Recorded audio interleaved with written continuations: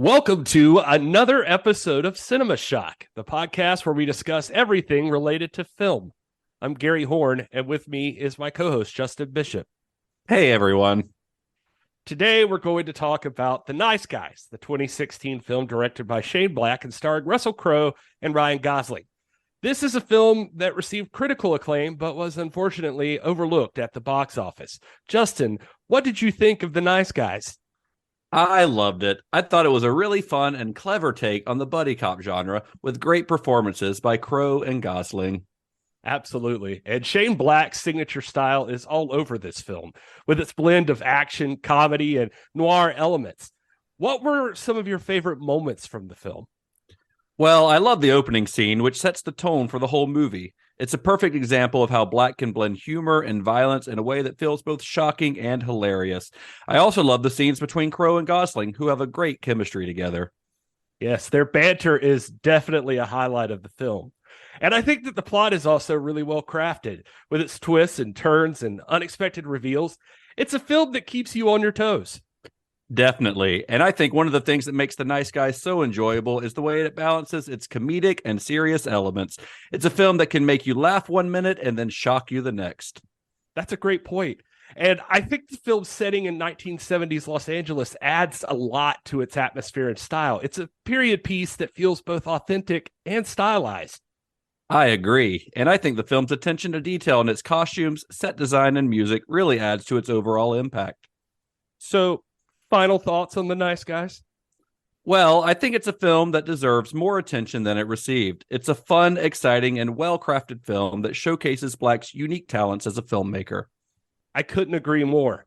The Nice Guys is a must-see for fans of Shane Black's work, as well as anyone who enjoys a good buddy cop movie. That's it for this episode of Cinema Shock. Thanks for listening, and we'll see you next time. How's that for a slice of fried gold?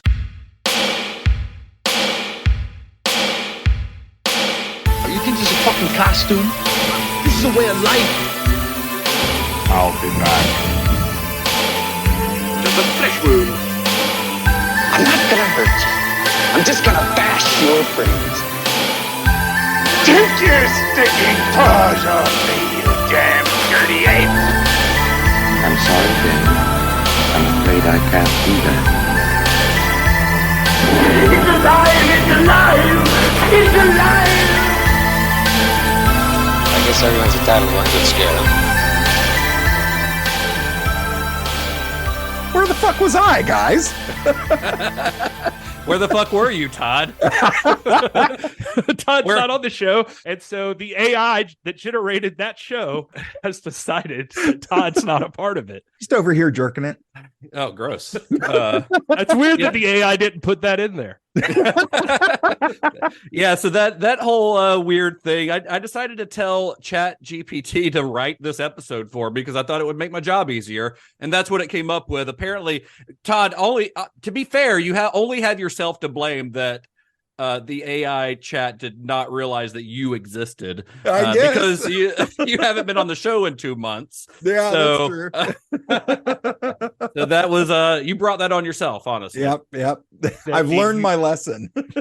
I think the listeners might appreciate that the shows were a lot shorter that way. A 5-minute podcast episode from the guys at Cinema Shock. All right. Well, that's not the real episode, motherfuckers. Now you got the real one. And maybe at the end of this, the one that increases the profanity. Yeah, there we go.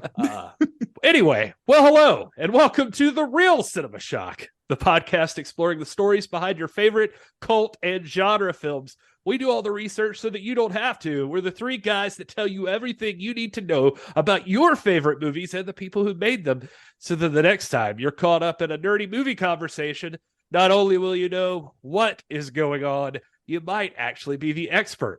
I'm one of your hosts, human Gary Horn. I am your other host, human film historian Justin Bishop. There is a legend of a man, a writer/comedian man, a co-host of a man, not recognized by AI, but by those who, recognize him. Mr. Todd A. Davis is back for this very special roulette episode of Cinema Shock.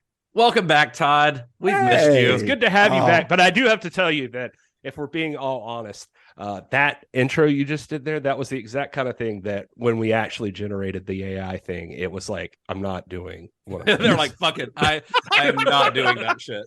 No. I'm too weird even for the computers. Oh God, if we ever end up in a Matrix-like situation, Yeah. you're literally just getting thrown away. That's what we've learned. The machines are just throwing your ass in the trash. He's too eclectic. We're just gonna just go ahead and delete him. We are happy to have you back though, Todd. And as So we glad to always be do in between our long form series, we always do our little Cinema Shock Roulette episodes. If you're new to the show, basically what we do is on one of our bonus episodes that come out in between the regular episodes, we will spin a wheel, just let the internet choose at random. Next time I should just ask the chat bot to pick one for us. See what happens. Pick a movie for us to discuss. But so we'll pick a random movie that doesn't really fit into necessarily one of our other series, but we still think it's worth talking about, doing an episode on. So we'll do kind of a 1 episode palate cleanser before we get into another long form series, which we'll be starting a new one on our very next episode. So this is one of those episodes chosen completely at random. I mean, not completely at random. They're pulling from a list that I have curated, but it's a list of like, I think 140 or something films at this point. So out of those 140 films, it chose this one. Although this one's a little bit different because this is actually a film that is very closely related to a past series here on the podcast. So almost like a bonus episode to that series it's kind of how it's going to feel, I think. A postscript, if you will. Yes, an epilogue. A podcast postscript. So the series that I'm referring to is, of course, our Black Christmas series, where we discussed the films of Shane Black, specifically the films of Shane Black that are set at Christmas. So when we talked about that series, this was 2 Christmases ago. I guess this would have been at the end of 2021. Is that right? When we started, when we did Shane Black, or the end of 2020? I think that's about right. Yeah. It's one of those. It's been a while, regardless. Yeah. It's been a while. So we decided that at Christmas time, we wanted to talk about some Christmas movies, but we didn't, this is Cinema Shock. So we're not going to just talk about your typical Christmas movies. We're not talking about Miracle on 34th Street. Not that there's anything wrong with that, but that's just, we wanted to go in our own direction. So we talked about the films of Shane Black, many of which are set at Christmas time. And when we did that, I always kind of regretted not getting to discuss this movie, the movie that we're talking about today. And I do kind of stand by my decision not to include it because, like I said, the purpose of that series was to discuss Shane Black movies that heavily drew on their Christmas setting. And in the movie we're talking about today, Christmas isn't really featured until the very last scene of the movie in its epilogue. So it almost feels like that's an afterthought. It doesn't really feel like a Christmas movie throughout, like something like Kiss Kiss Bang Bang or even Lethal Weapon does. Right. But also, I really love this movie. Just cards on the table. I adore this movie. So I'm really glad that Fate has picked it out for one of our roulette episodes. Now, I would definitely highly recommend going back and listening to that earlier Shane Black series if you're new to the show, because we talk a lot about Black's influences, particularly his love of pulp crime novels, all of which culminated in what was at the time what we considered the ultimate Shane Black movie, a combination of kind of everything that he loved and everything that he excelled in. And that movie was Kiss Kiss Bang Bang. Now, Kiss Kiss Bang Bang, another movie that we love, was unfortunately not very successful at the box office, but it did gain a big following once it became available to watch at home. And it was actually instrumental in Robert Downey Jr.'s Hollywood comeback because Jon Favreau saw it, and it ultimately led to him being cast as Tony Stark in Iron Man. And then, of course, the friendship between Black and Downey would lead to Black directing the, in my opinion, incredibly underrated Iron Man 3 in 2013. And the success of that film, because, it's a Marvel movie, so it made like $1 billion, that would allow Shane Black to direct a film that he'd been trying to get made for over a decade at that point, a film that would bring him back to the world of the neo-noir buddy comedy that he had perfected with Kiss Kiss Bang Bang. The movie we're talking about is, of course, Black's 2016 film, The Nice Guys. You're a private investigator? My profession is very complicated, okay? It's nuanced. That's a lot of blood. You beat people up and charge money? Sad, isn't it? How much would you charge to beat up my friend Janet? What? How much you got? $30. That's good. This conversation is over. The mob is trying to spread its operation to Los Angeles. Somehow, my daughter Amelia is involved. Please, find her. Seen this girl? What's in it for me? Oh, we can do this the easy way.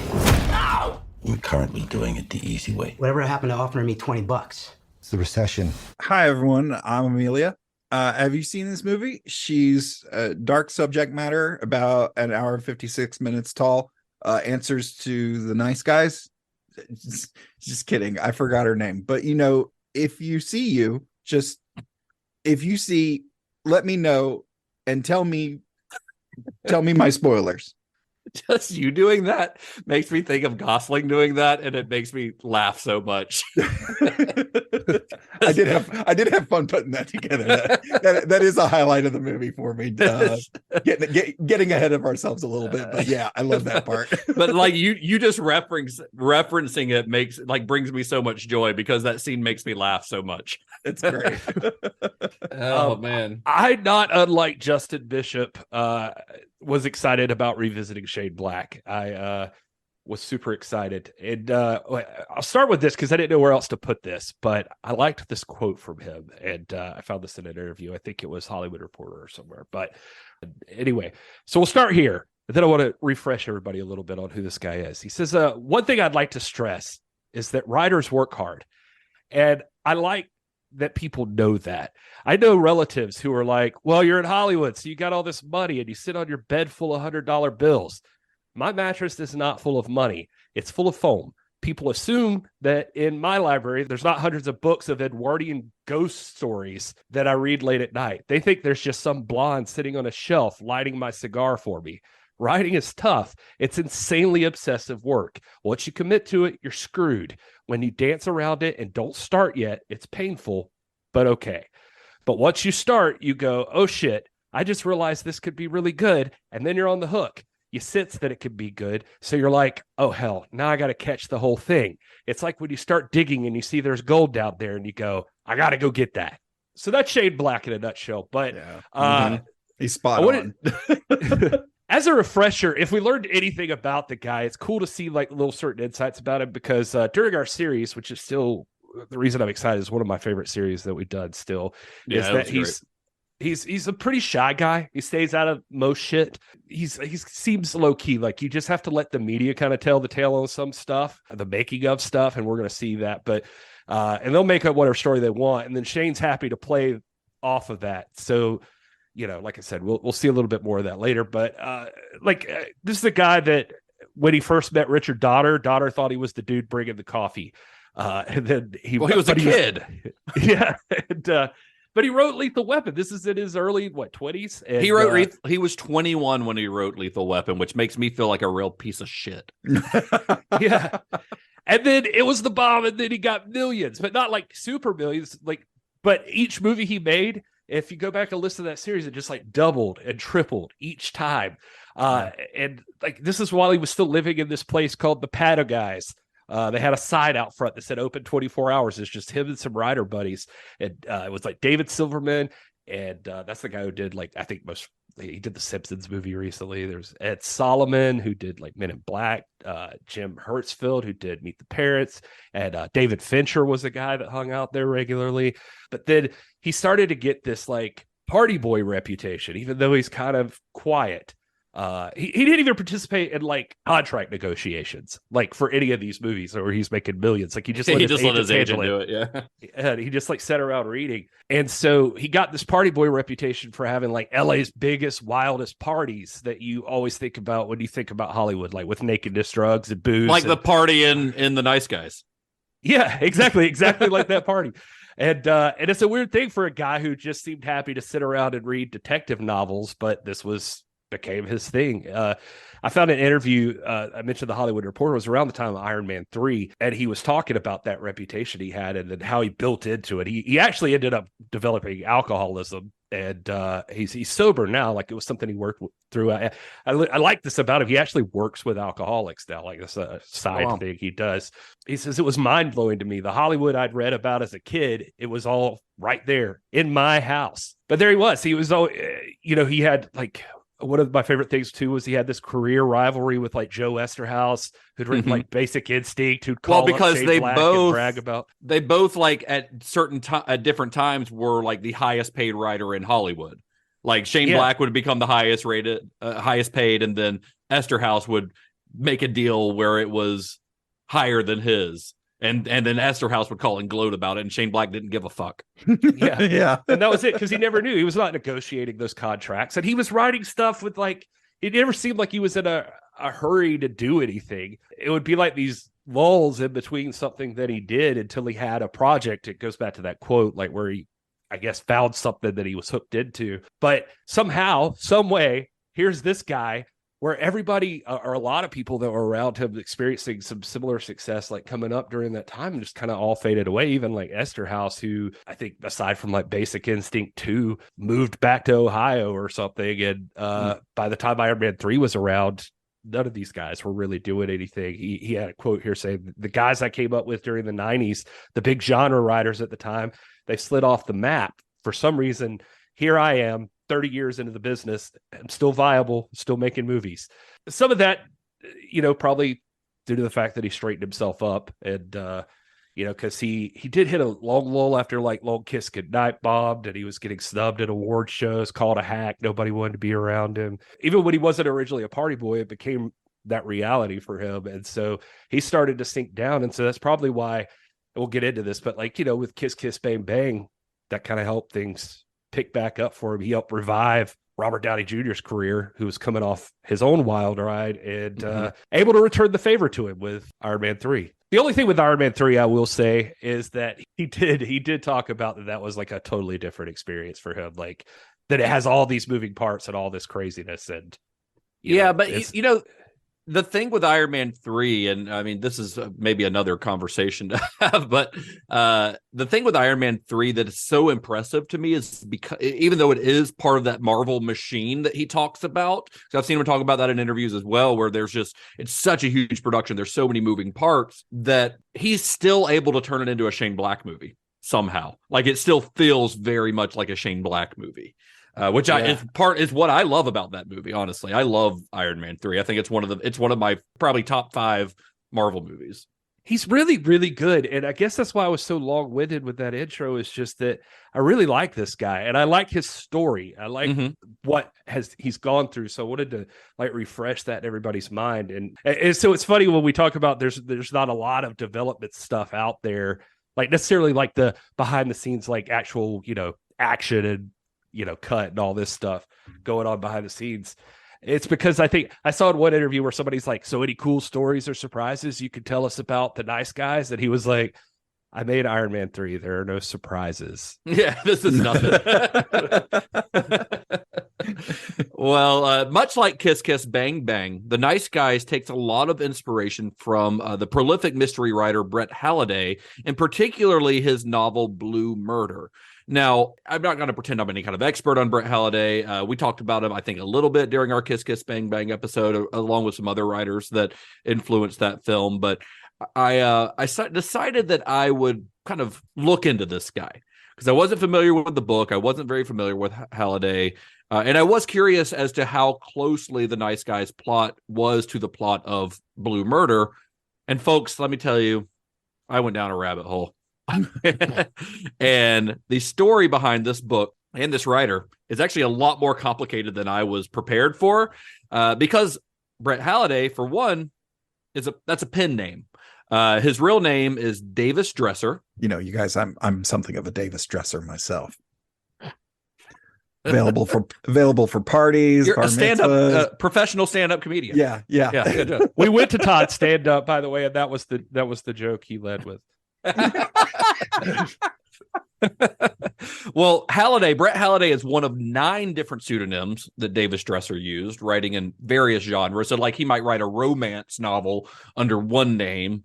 I think that's actually one genre he did work in, and he wrote under a woman's name in that, I believe. I don't remember what the name was, but he is most well known as a writer of westerns and mysteries, and for the creation of a long-lived series of stories revolving around a private detective named Michael Shane. The character of Michael Shane, or Mike Shane, debuted in a novel called Dividend by Death in 1939, and the character would go on to appear in a total of 77 novels, 300 short stories, and has also appeared in a dozen films, radio programs, and television shows, and even a few comic book appearances. Jeez. Seems super weird that I have never heard of this character right? before. Exactly. He seems prolific. Exactly. I thought the same thing. And I looked up the movies and stuff. I haven't seen any of them. And they were all made, in the 40s and 50s mostly.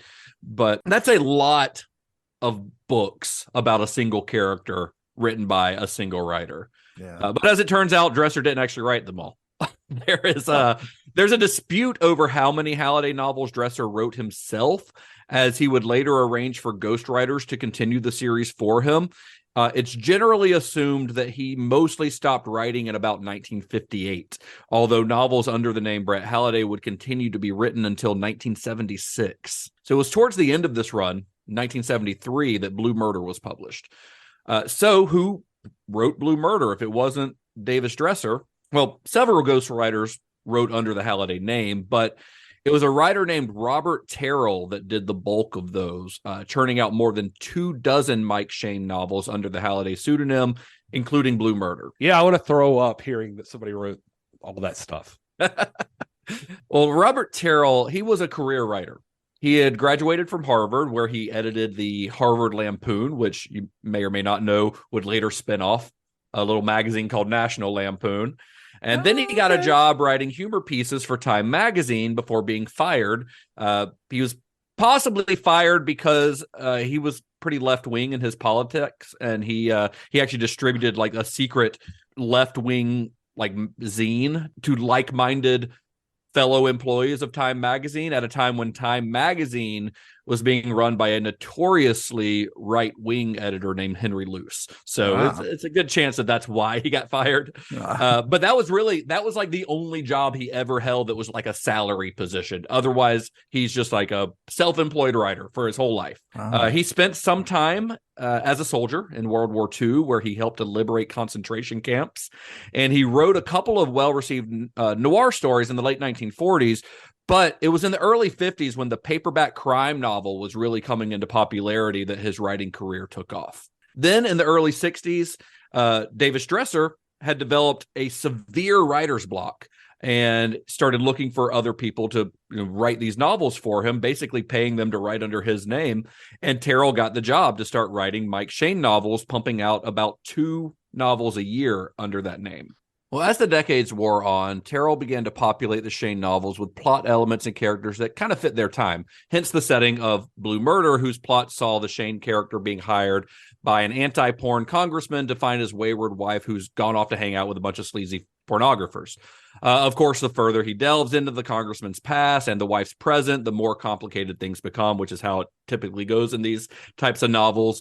And in fact, here's how the blurb on the cover of Blue Murder read. The cover of this is great, by the way. It's got a picture of Mike Shane. He's a little older. I like that they age him over the decades in these books. So he's got a little bit of like gray in his hair. He's sitting there with like a film reel looking at it. And there's a woman behind him who appears to be naked, although you can't see anything except for like the curve of her hip behind him, but she's clearly not wearing anything. It's a great like hand painted cover, like all of those old pulp novels. And then the blurb on the cover read, Mike Shane, the private eye who plays it as it lays, takes a starring role in an X-rated case of warm sex and cold-blooded murder. Oh, nice. I love that.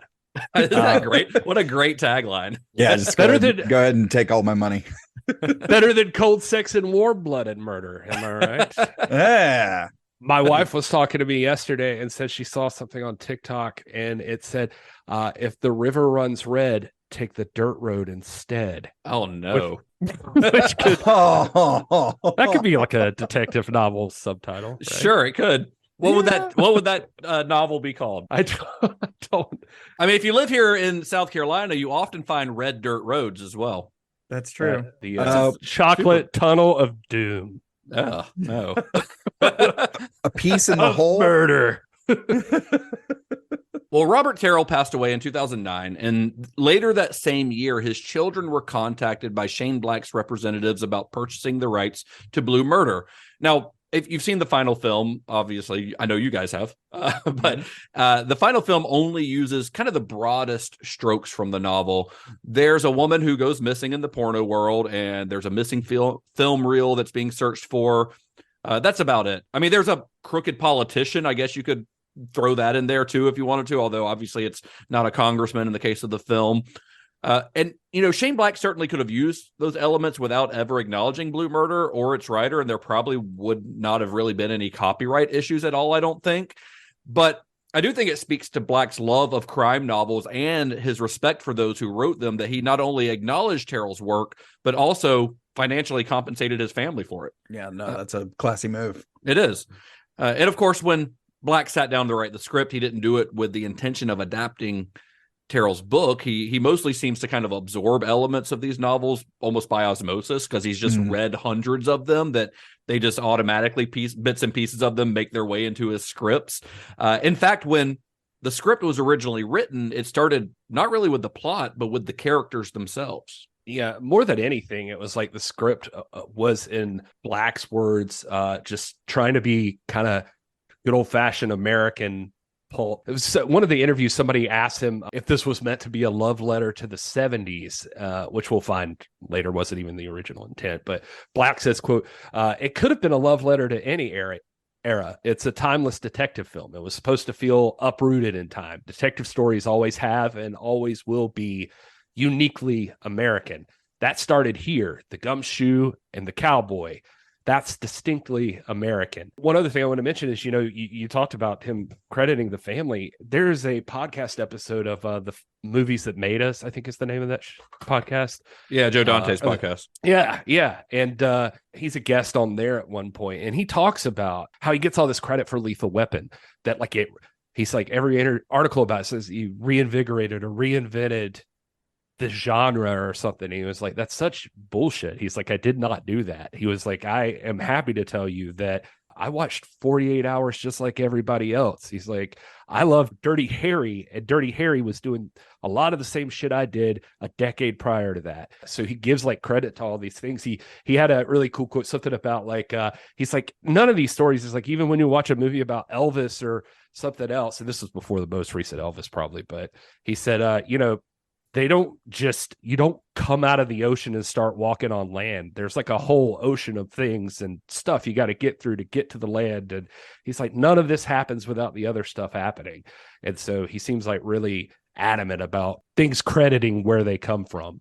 Yeah, I think he is being a little bit modest there. Because in the terms of, you know, like Lethal Weapon, I mean, yeah, 48 Hours came out before that. That's why Joel Silver got the job of doing Lethal Weapons, because he had produced 48 Hours. But I think what Shane Black brings to the table, and that's the case with this film as well, is he's taking elements of the things that have influenced him, and he's kind of remixing them into something that's very unique to him. And I think that that's where his talent really comes in. It's not that he's coming up necessarily with something new, but he's doing it so well and making it so unique to him that it feels like he's doing something new. It doesn't feel forced at all. No, not at all. He just seems like, because he mentions like, you know, Tarantino in there and stuff. He seems to respect like people acknowledging where they come from. You know, where they're getting their inspiration. The first drafts of what would become The Nice Guys script were written way back in 2001. And while that script did establish the characters of Healy and March, it was otherwise very different from the film that we would get a decade and a half later. And that script was written alongside Black's longtime friend, Anthony Bagarazzi. Now, admittedly, I don't know a whole lot about Bagarazzi. The Nice Guys was his first produced screenplay credit. And as of this recording, it's still his only produced screenplay credit. That doesn't really mean anything. It could mean that he's doing uncredited rewrites on movies. He could be a ghostwriter, or a punch-up guy. A lot of writers do that. You'll see big gaps in between their produced credits, but they are working the whole time, just not being credited for it for a variety of reasons. Although he does have a couple other films in the pipeline, if you look, one of which is Doug Liman's upcoming remake of Roadhouse, which I have mixed feelings about, but right. it is happening. Yeah. But Black and Bagarazzi had a unique approach to pinning the script to the nice guys. So when they began, they each started with one of the characters. Black would start writing for March, and Bagarazzi would start writing for Healy. And they were kind of exploring these characters, getting to know them, establishing their voices. Before they ever tackled the plot, they wanted to get the characters right. And along the way, they would switch characters, with Black working on Healy, Bagarazzi working on March. And then eventually, once they got comfortable with that, they worked their way up to writing a first draft. Yeah, he said Bagarazzi, I did find a couple of little interviews with him where he talks some about it. He says the earliest parts of the script were started right after Kiss Kiss Bang Bang. He couldn't sell it at first, and so they were sending ideas just back and forth, like what you're talking about. He said there was no idea what they were even writing. They were just some detectives in LA, and that's all they had to go on. He said, quote, Shane would write a scene, send it to me. I'd write a scene, send it to him.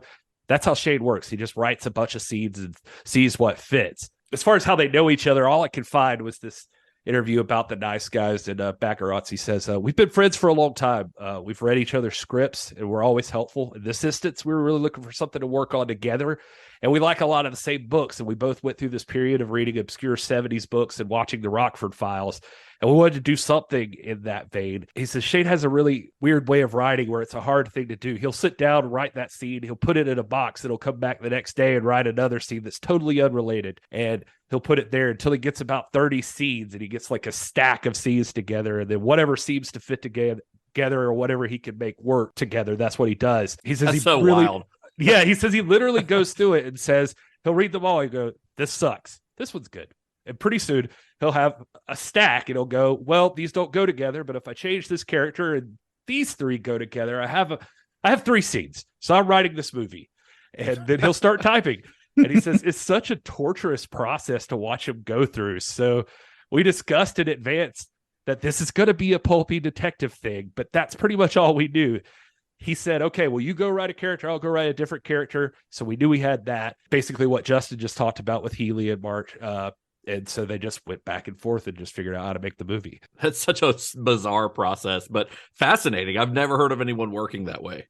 It reminded me of what was the one we did? Was it Cameron or somebody did that recently where they would one person would write something and send it to the other person and they would punch it up or something. It might have been James Cameron. I can't remember. It wasn't Jodorowsky. No, it was not Jodorowsky.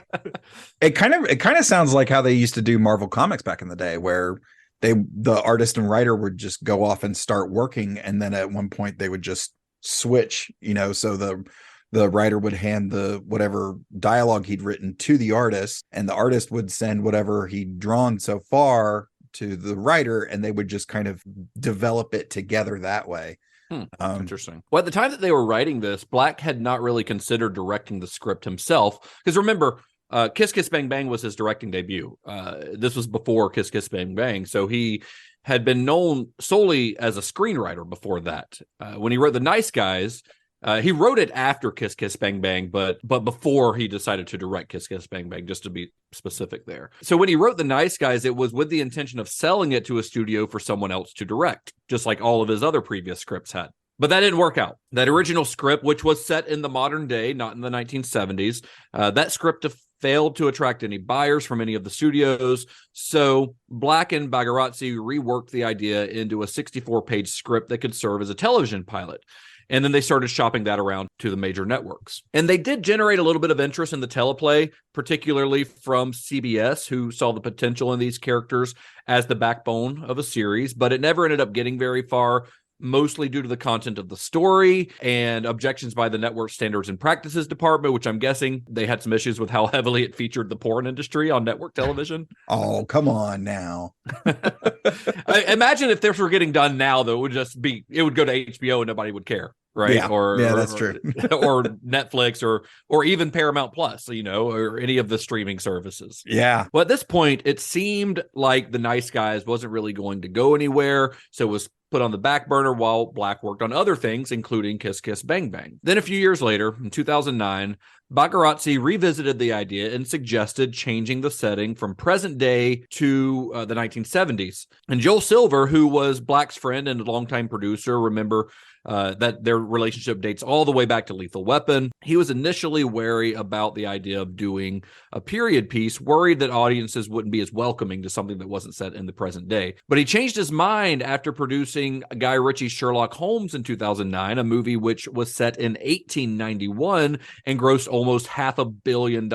Now, having Robert Downey Jr. starring in a movie like literally the year after the first Iron Man came out, that probably helped. But the lesson that was taken from Sherlock Holmes' success was that it was possible for a period film to be a mainstream success. So they reworked the script to have it set in the 1970s, a decision that worked really perfectly for the story they were trying to tell, because not only is the 70s porn industry an intriguing world, a much more intriguing world probably than a present-day porn industry would be.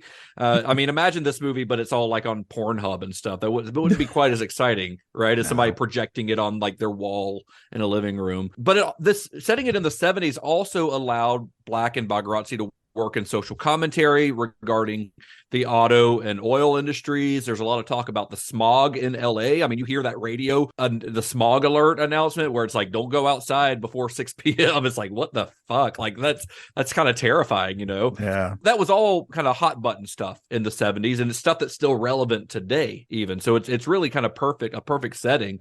And in addition to that, it eliminated modern conveniences like cell phones, which adds another level of suspense to the film when characters aren't able to be in direct and immediate contact with each other. Yeah, there was also like the Iran oil crisis, because of the Iran revolution. Like there's some references to that in here. Yeah, you see the people like waiting in line at the pumps, and it says 10-gallon limit per person. Yeah, exactly. And so cars obviously play a big role, but it also, you get car chases out of that. So that's true. That was another part of the 70s. He talks about Bullet a lot, it was in 68. And he says another movie I haven't seen, the 7-Ups.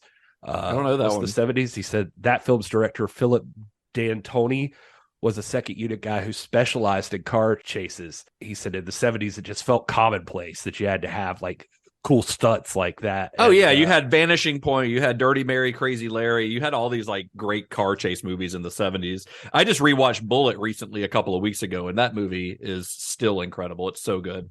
You talked about that, the social commentary, though, but I mean, he also says that, quote, he said that I just felt there was an exuberance to the 70s. They were it was a different time. Instead of all this divisiveness that we see now, it was the aftermath of the protests, and you got a sense that we were all in it together. TV was about multiculturalism, even Sesame Street. It was playing out of how eclectic, inclusive, and diverse everything was. And you get to forge this ecstatic celebration of oneness.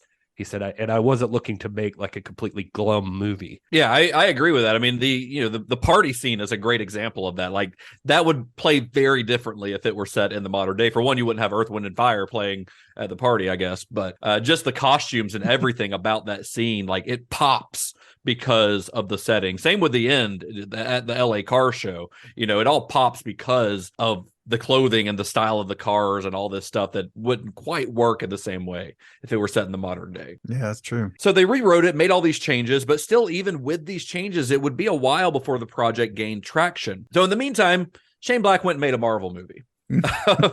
And Iron Man 3, which, as I mentioned before, manages to still feel like a full-on Shane Black movie, even while functioning as a Marvel movie.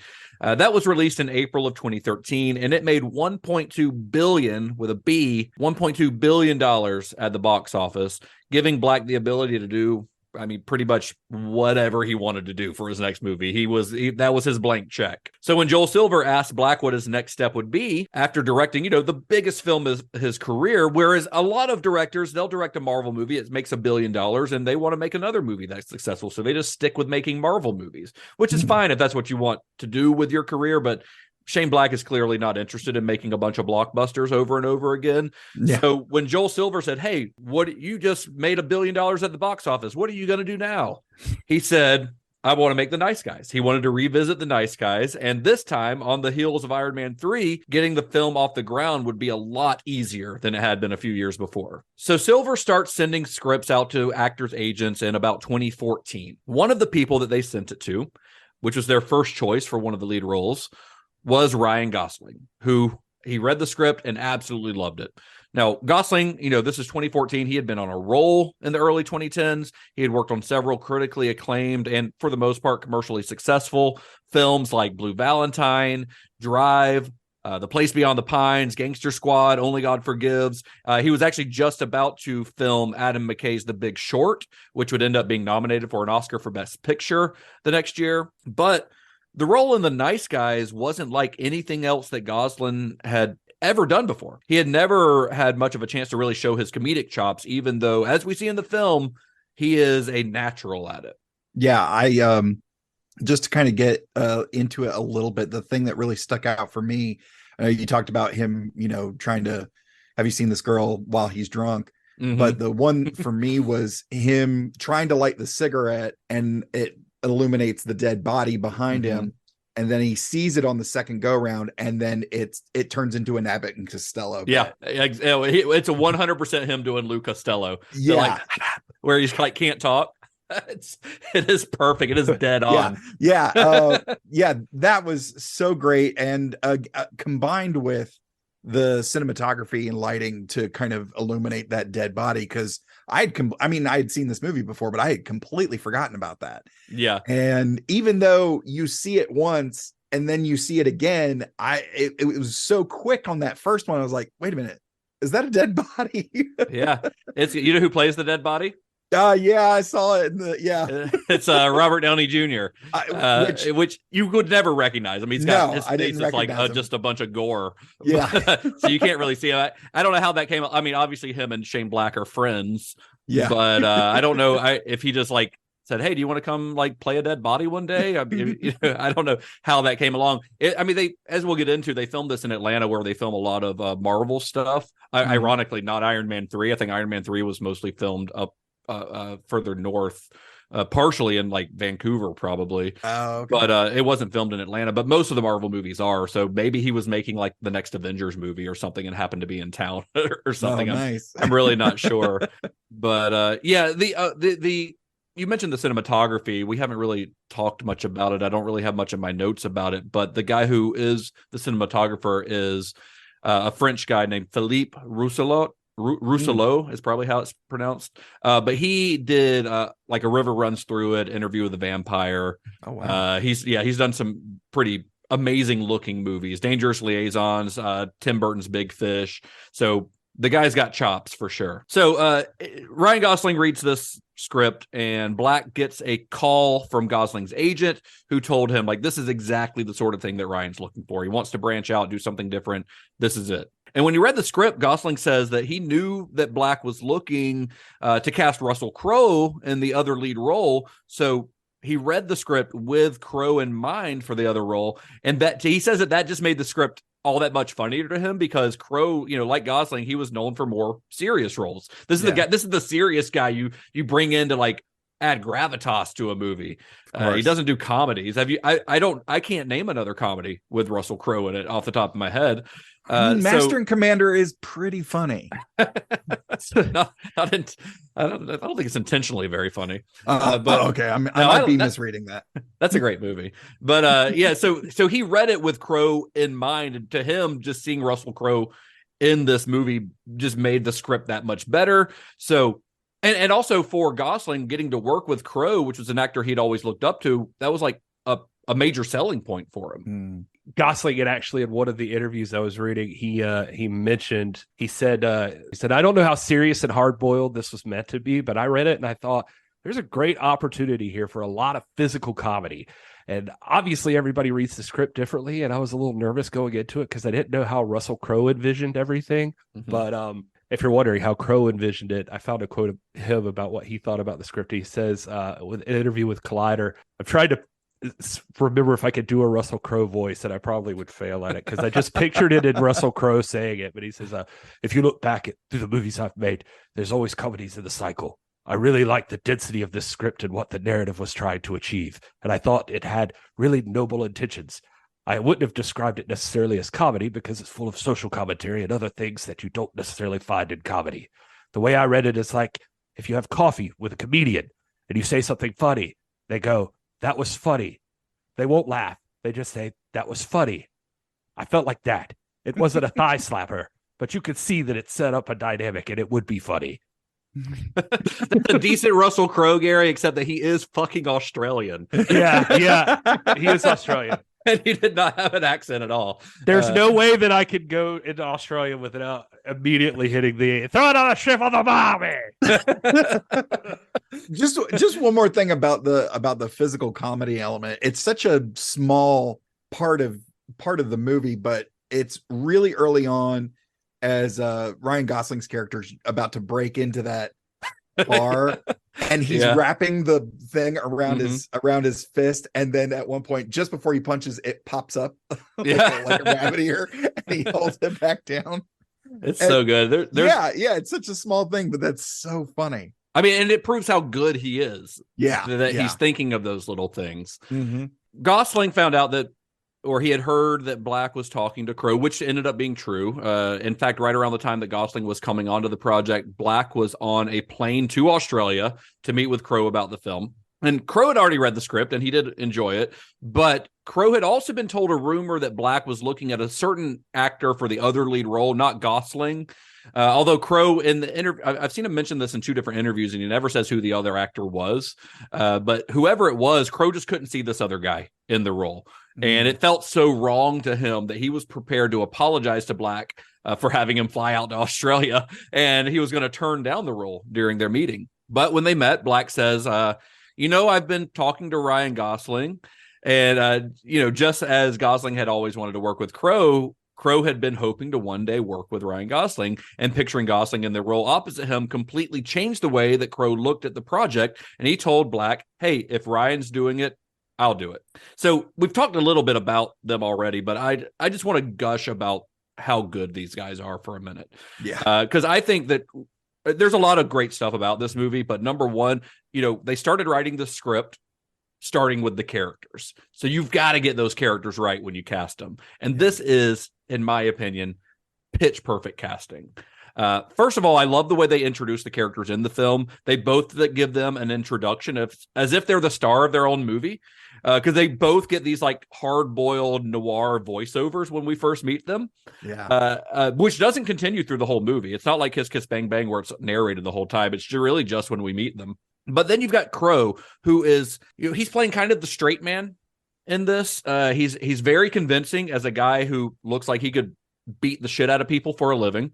But I think what's great about Crowe's performance here is watching how exasperated he always is at Ryan Gosling's just absolute buffoonery. Yeah. I always picture them kind of how they are on screen, like when they're talking about the deciding to get cast in the movie. It's like Gosling wants to do funny really bad, and he likes the idea of it. And then like meanwhile Crowe's like very deadpan and says like, "I appreciate comedy." But he never looks like he gets it or honestly cares, and it works.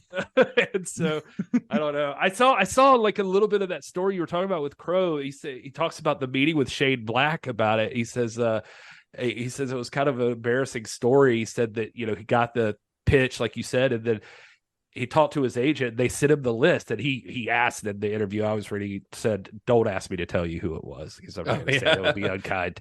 But he said, good for him though. Honestly, he said after he saw that, he called and said, "Listen, obviously this is not the project I thought it was. It's something else. I must have really wanted it to be something because I read too much into it. Don't express interest in this." And he said his agent told him, "Shane Black got on the plane 5 hours ago down to Australia to see you." He's already on the way. And he said, "Okay, seriously?" And he said, "So I had a plan." He said, I would invite him over to my house. I'm going to offer him a drink and cook him a steak. And halfway through, I'll say, I thought about it. I thought it was something else. I'm sorry if I wasted your time." So he shows up. I said, "Hey, man, would you like a drink?" He said, "I don't drink." And he said, that was most of my plan.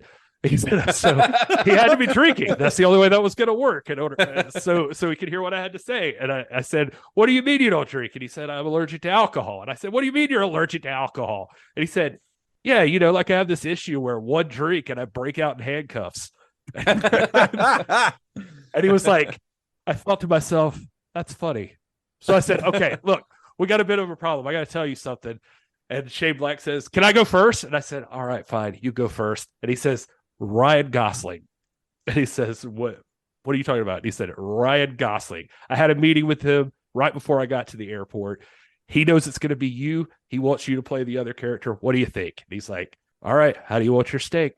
And he said, we were on track. That's it. That's all it took. I love that. I love that these guys just wanted to work with each other. And Gosling is, I mean, it sounds like hyperbole, but Gosling is a revelation in this movie. I mean, I'm a big fan of Ryan Gosling. I was already a big fan of Ryan Gosling before this. I think Drive, which came out 2010, right? 2010, so a few years before this.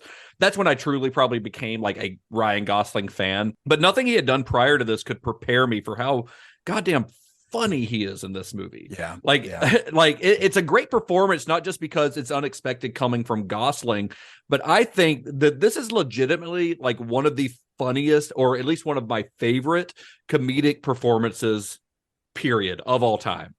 Because it's like, first of all, Gosling is perfect for the material. He's able to rattle off Black's snappy dialogue just as good as Robert Downey Jr. does in Kiss Kiss Bang Bang, which not a lot of actors could do. And he plays drunk better than just about anyone I've ever seen. I mean, the thing that you were parodying in your intro, Todd, is that scene kills me. But every time he's drunk on screen, it is so funny to me. Yeah. But without seeming like cartoony, like it seems realistic and just very funny.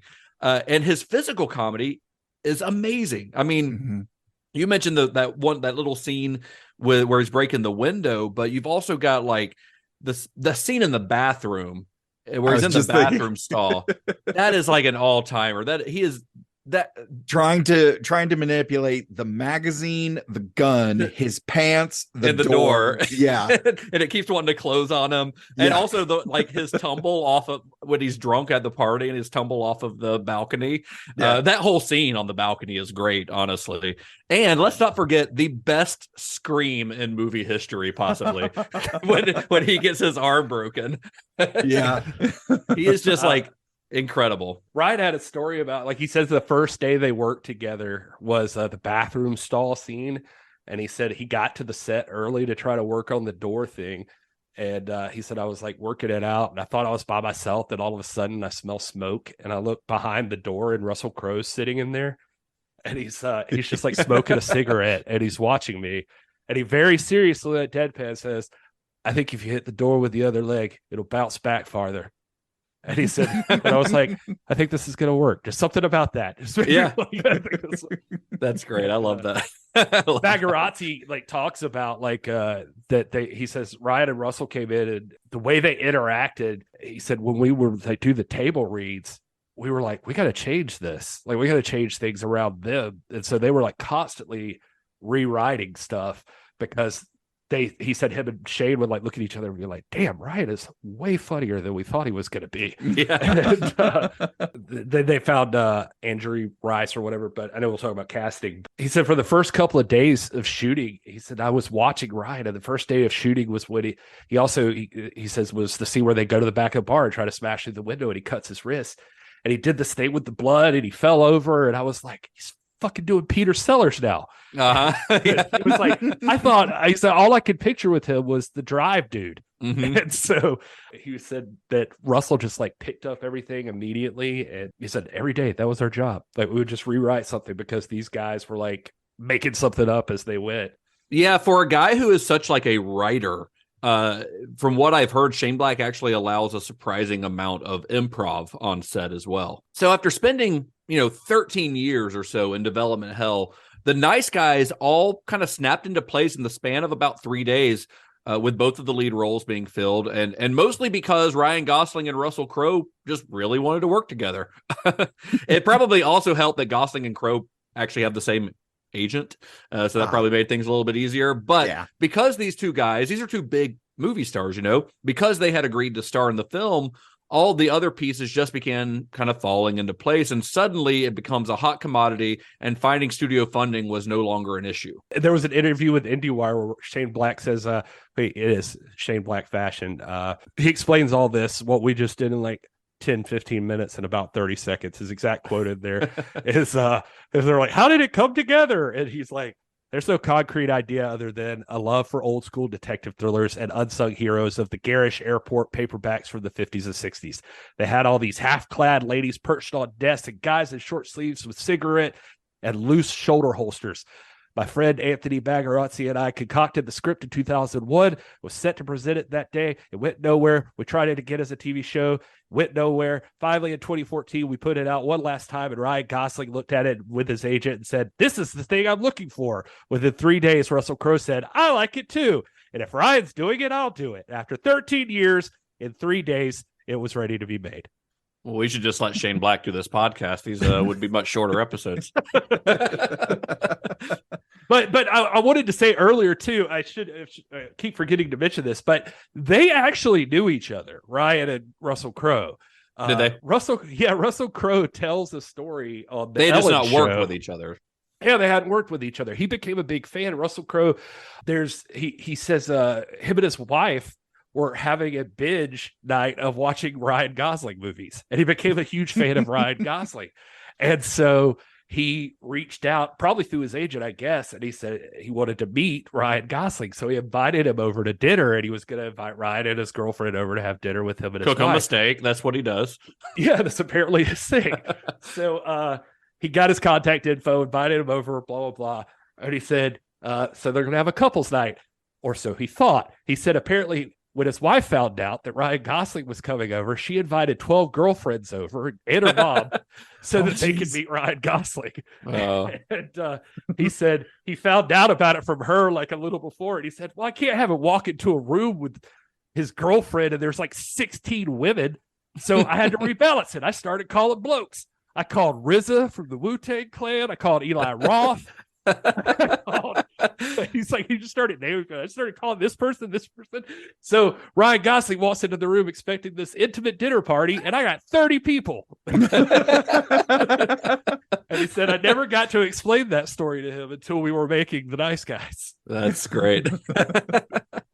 Well, the film was announced officially in June of 2014, and it wouldn't be long before other actors began to fill out the film's cast. Margaret Qualley and Angourie Rice joined the film that September, with Matt Bomer, Keith David, Bo Knapp, and Kim Basinger joining in October. So there's a very good chance that we may have found a movie that actually has some Star Trek cast members after the last couple months of that not being possible. Not only because Todd wasn't here, but because the fucking Jodorowsky movies. So I am proud to announce the return of Who Am I Trekking With Mr. Todd A. Davis. There were no Mexican prostitutes in Star Trek. Oh, you'd be surprised. Yeah. You know, I would love if this, like, I just made that big grand announcement that we're the return of Who Am I Trekking With, and Todd's like, there's nobody in this one. Nope, sorry. Wow. No, well, actually, what'd you find, Todd? Yeah, so we've got right off the bat here, we've got Mark Casimir Dinowitz Jr. and Sala Baker. Both of them are in smaller uncredited roles here as a protester and a bodyguard, respectively, but they were also uncredited as a Klingon prisoner and drill tower Romulan, respectively, in J.J. Abrams' Star Trek in 2009. They're extras. Yeah, so they're extras. They're background players, yeah. Yeah. Speaking of people in the background, Gary Weeks, who plays Officer McMillan in Nice Guys, did 12 episodes of Star Trek Enterprise in 2001, playing an uncredited engineer. So he's in the back turning a knob, probably. Beep, beep, beep. Yeah, exactly. Pushing buttons. Yeah. Yeah. But then we've got Gil Gerard, aka Buck Rogers, as Bergen Polson. He was actually in an episode of Star Trek Phase 2 back in 2004 as Admiral Shaheen. So That's everybody in Star Trek. Ba-dum-bum-bum. He's the old guy with the mustache, right? In this movie, yeah, the car auto industry guy.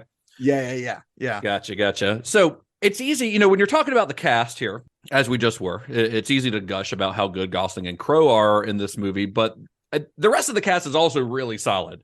I mean, this is a movie where Keith fucking David plays a nameless hitman. I think he's credited as older gentleman. Yeah. And like in any other movie, this would just be some forgettable dude, some actor you don't recognize or, haven't heard of.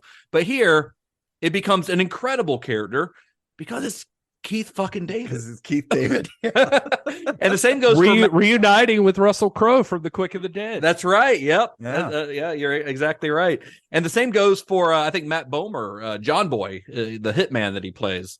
Yeah. His character, he's mentioned several times, but you don't actually see him until the last half an hour of the movie, maybe like the last act. And Bomer uses his kind of natural charm to create a honestly truly terrifying character who also looks cool as hell in this like 3-piece suit. He's got one leather glove on and he's a big ass machine gun. He just is very intimidating and very like menacing because he plays it cool the whole time. It's a great character that is really just a very small part, but is very memorable. And let's not forget the film's real MVP, which is Angourie Rice, who plays Holly March. Because I think writing kids is hard. It's very tricky. Most screenwriters, I think, do a horrible job at it. Most child actors, I think, are insufferable. But Black's got a knack for it. I mean, he started writing good, believable kid roles probably back in The Last Boy Scout, where with Danielle Harris's character, who plays Bruce Willis's kid in that. Remember, right. That's a well written like kid character, and he did it again in Iron Man 3 with Ty Simpkins' character, which the lonely kid that befriends Iron Man, that could have been horrible. That's on paper that sounds like it could be horrible, but it's really good in the movie, and Ty Simpkins is really good in it. And he shows up again here. He's the kid at the beginning who finds Misty Mountains in the first scene. That's Ty Simpkins too. So I was going to mention him, and he also worked with Russell Crowe apparently in like The Next 3 Days. I think I said that was later. Yeah, I don't know. I remember that movie. I can't remember when it came out, but I think Black does that again here with Holly, and I think it's because he doesn't write down to kids. I was about to say, I would be surprised if when he goes into it thinking like, "Oh, I'm writing a kid." I think he's just writing another character. He's writing it just like he played would by a kid. Yeah, exactly. He writes it just like he would any other character, and I think that's what's great about it. He doesn't give them stupid kid dialogue. Nobody's going like, "Now this is pod racing" or any dumb shit like that. You say no problemo, right? Yes, that's an example of somebody who does not know how to write for kids. It's James Cameron. That's the other end of the spectrum for what we're talking about here, right? Like Black just knows how to do it. He's not trying to make them sound cool or anything. He just writes like he normally writes.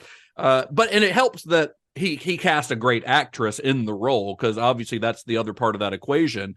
And Holly is a great character. I mean, she is, for one, she's kind of a badass. I mean, she does better detective work than her dad. Yeah.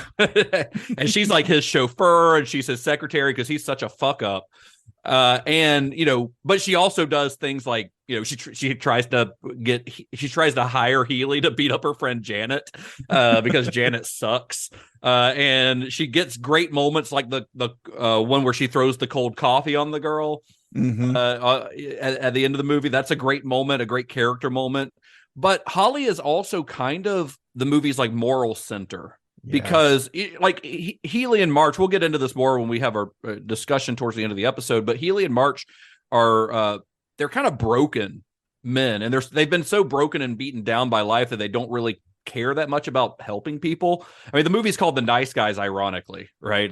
Healy beats people up for a living, and March like cons old women out of money. Like, they're not nice dudes. And they say that multiple times in the movie, like where he'll actually ask Holly, "Am I a bad person?" And she's like, yes, you are. yes, you are. And he is. He's not a good dad. He's a bad detective. He's a bad dad. He's been letting his daughter down for years. And then when Healy, starts to get to know them, and then he lies to Holly about killing I think he's credited as Blueface in the Yeah. movie. I think it's what the character's called, Blueface, the guy that gets the things that he gets hit by a van and then Healy kills him, and he lies to Holly about that, and she knows he's lying. So he's kind of letting her down too. So a lot of the movie is really about these two kind of broken men trying to redeem themselves in the eyes of this little girl who's the only really good person in the whole movie, to be honest. You can really get the sense that like Shane Black, and I think I've heard him say this in some interviews I was watching or something, but basically he loves the idea about having to find yourself in a moral forest, basically. He says, or whether everything wants to like weigh you down with like what is morality and what is okay, and and all that stuff, and all that. And it seems like he finds that in like the eyes of a kid, like that a kid is a good person and knows how to like reflect that. So even in Iron Man 3, with Ty Simpkins and Robert Downey Jr. Yeah, it's a really great dynamic that I think he does better than just about anyone else. I think the only other casting thing I wanted to mention was Kim Basinger, and there is this is not the first time she worked with Russell Crowe. They worked together in LA Confidential. Yeah, I didn't even put that together until you just started saying that, but that's a great movie. Yeah. Another great noir.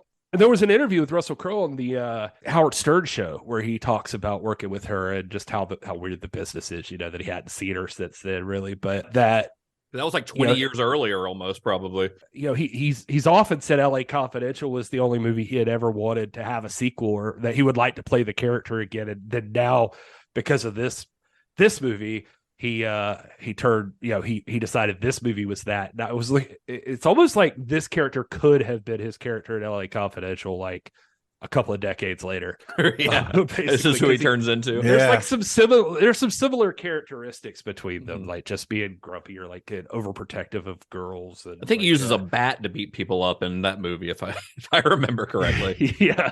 And he's always tried to be like smarter, if I remember right. And I don't know. Anyway, it's just interesting. That is interesting. I completely forgot that they were both in that movie, but that's an incredible film that I haven't seen in a very long time. Yeah, I could see Shane Black having seen that and thought of that. Yeah, that might be a good, that would honestly not be a bad further viewing choice for this movie. It was not in my list, but that's a good point. I should have saved it.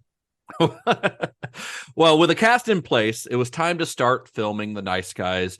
And a fact that might surprise a lot of folks is that despite being set in Los Angeles, where, a lot of movies are made, obviously, and telling a story that's very like Los Angeles based. The film was actually made in Georgia. It was filmed in Atlanta and neighboring Decatur, Georgia. Now, why I couldn't find why that was, although I do know that the reason that Marvel films a lot of movies there is because Georgia has great tax breaks when it comes to making movies there. So it probably has something to do with that. But as you can imagine, this kind of presents a challenge. Like, how does one transform modern day Atlanta into 1970s LA? Well, the guy who had to solve this problem was production designer Richard Bridgeland. So while scouting locations in Atlanta, he'd first have to find suitable buildings, like ones that would fit in not only in the 1970s, but on the West Coast, and then imagine them without trees, because, Atlanta, if you haven't been there, if you've never visited Atlanta, like it's full of green trees, whereas LA has a stark desert look. So this could have easily been like a Halloween 78 situation where it's set in Illinois, but you've got palm trees in the background if you look close enough, but luckily in 2016, when they're making this movie, they had the option to digitally remove the trees in post. So that wasn't really an issue. He just had to kind of picture the locations as if the trees weren't there, and then they were going to take them out. So Bridgeland extensively starts researching 1970s Los Angeles. He used old Super 8 films and documentary photos. He actually used classic 70s designers for the film's furniture. Like, it's very period accurate stuff. In fact, like the round table that you see in Sid Shattuck's house is specifically based on Hugh Hefner's bed in the Playboy Mansion from the 70s. Like, it is an exact replica of that. Wow. But speaking of Sid Shattuck's house, Bridgeland and his team found a house that was owned by a hip-hop producer based in Atlanta named Dallas Austin. But in the small bit of research I do, I actually found that when they started talking with Dallas Austin, they actually had to deal with his business partner first, Fort Worth Lubbock. and his girlfriend at the time, Corpus Christi, Houston. So this is why we bring you onto the show, Todd, for this type of material. Available for parties, bar mitzvahs, corporate events. Hopefully as funny, but not made up like Todd's. I did want to know more about Dallas Austin, and he's married to TLC's Chili. So good for him. Yeah, but he is huge producer, obviously. But this was my favorite little story I saw about him. He helmed the bulk of debut albums for Motown signees when he first got started, including Another Bad Creation and Boys to Men. When he got the call to come back to work on Boys to Men 2, that super famous album with like I'll Make Love to You and all that other shit on there. He said, if you make me do that, I'm going to sue everybody, and hung up the phone. And no, that was him and his secretary. His secretary said that and hung up the phone, and they didn't understand why, but they found out that he thought that Boys to Men were just too fucking arrogant. They were just ridiculous. He didn't like them. He was on a radio show, and DJ Vlad asked Austin why he only produced one song on the Boys to Men's second album. He said it was because I don't like them. He said in turn this was they had become vain since their success had begun.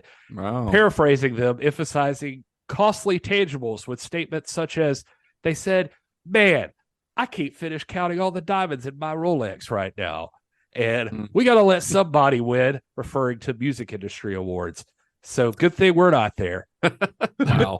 Yeah, they I mean, he if you look at the list of stuff that he produced, it's a lot of well-known stuff, including, I mean, he produced songs by TLC, like he did Creep was probably the one that I recognized the most, but a lot of songs by Madonna, Janet Jackson, people like that, including Boys to Men. So it probably wasn't the first time that house had seen a party. Right, exactly. So this house that they found that was owned by Dallas Austin, it was actually, the design of the house was based on a house in Los Angeles that's known as Silvertop, which was designed by a legendary architect named John Lautner. If you don't know anything about architecture, which I wouldn't assume that a lot of people do, but John Lautner is a incredibly well-known mid-century modern style architect. He studied like under Frank Lloyd Wright. Go look up pictures of Silvertop. It's an incredible looking house. The thing is, it kind of Dallas Austin's house is sitting in like the suburbs of Atlanta, whereas Dallas Austin's house whereas the original John Lautner house overlooks Los Angeles, like that big wall of round windows on the front of the house, like overlooks. It's up in the Hollywood Hills overlooking Los Angeles. So it was designed to have like a panoramic view of the city. It's pretty incredible looking if you go look it up. So for the location of the LA Auto Show that we see at the end of the movie, that's another location in Atlanta. That was actually Bridgeland actually repurposed Atlanta's Hilton Hotel, which I have passed by 100 times and had no idea that it was the hotel from this movie, because the Hilton Hotel, it's right downtown Atlanta. It was built in the late 70s, and it had never really been renovated on the outside. Like, it still had a very 70s feel to its architecture. So they just kind of used it as is, but they did board over the hotel's tennis courts for the opening night party, like where you see the cars out, like on the thing spinning around out front. That's on the tennis courts behind the hotel. They just boarded over everything, and the swimming pools too, I believe. God bless guys like this. They don't get enough credit. Yeah, I agree. That's why I like to talk about guys like, we've talked about production designers before, but they don't get enough credit, because I think a lot of people, and I used to think this way, that a production designer was like the guy designing the sets or the rooms that people were in, but that's not entirely true. And we may have talked about this on a previous episode. I can't remember, but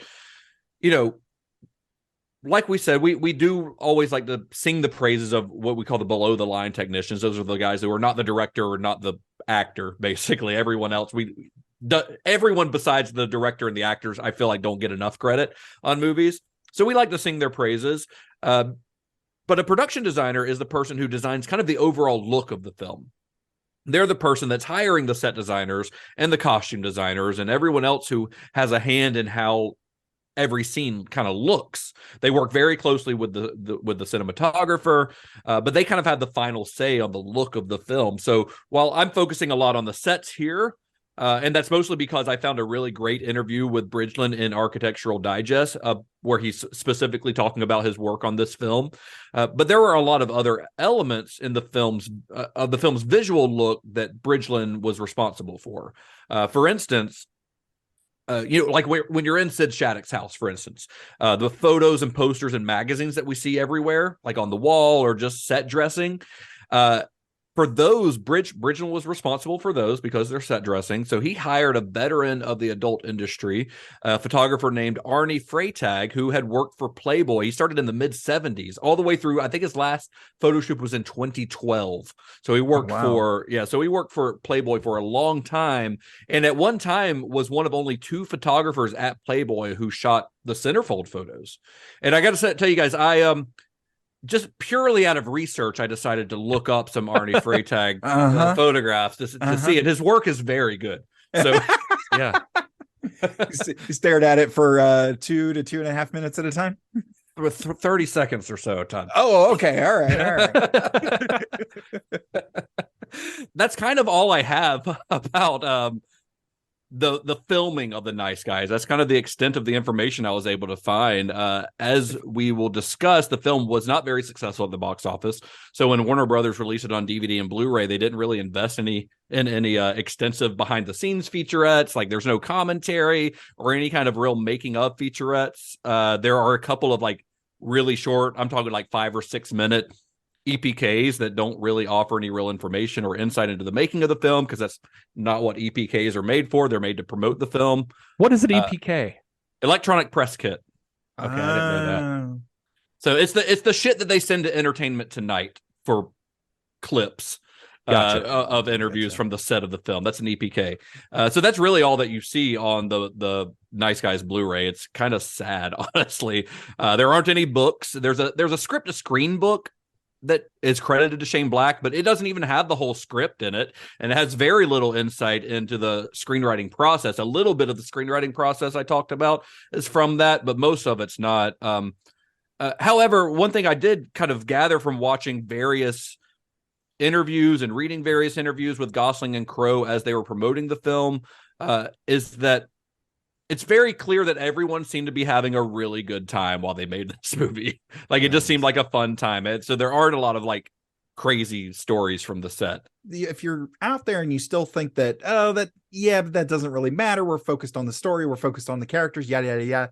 How many times have you watched a period piece that takes place in the 40s or 50s, and way in the back, there's a 94 Honda Accord, and it just takes you out of the film. Yeah. Or you spot something that's a Western and you spot a modern convenience of a wristwatch or something. Yeah, you spot a wristwatch or something like that. That it's like Justin said, it is a fine art, and if it's done perfectly, you shouldn't notice it at all. Yeah, it should feel like you're within that time period. Exactly. It's especially hard on a period piece. Yeah. Even if it's the 70s, not something set like in the 1800s or whatever.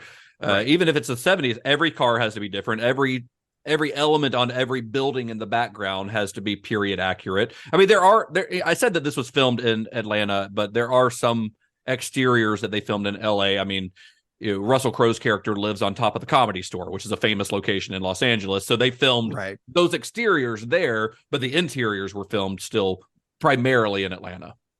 Yeah. It's awesome. You have to love what you do with that kind of stuff, I would imagine. And like you said, everybody was having a ton of fun making it, and they were going all in from everything you can read about this. So like going back to give some of the behind the scenes folks credit, as well as the stars, like a lot of the stunt workers and such in this movie were people that had worked on like Iron Man 3 and some other Shane Black stuff. So I'm not 100% sure on how much pull Shane has with that, but it seems like he could pull crew from other movies if he can, or he remembers them at least. But I mentioned before that Gosling was into the comedy aspect, especially the physical comedy aspect.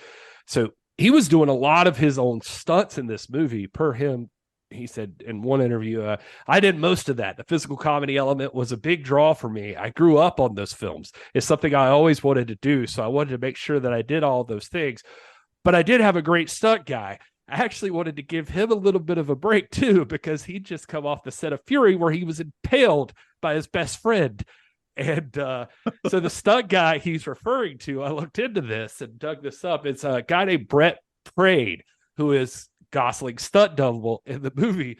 But apparently he'd booked this gig already and was coming from the set of Fury, where he was Brad Pitt's stunt double. Mm-hmm. And in that movie, there's a scene where bodies are all in this field and a soldier is walking around checking them to make sure they're dead. And in this case, it was Prade's best friend.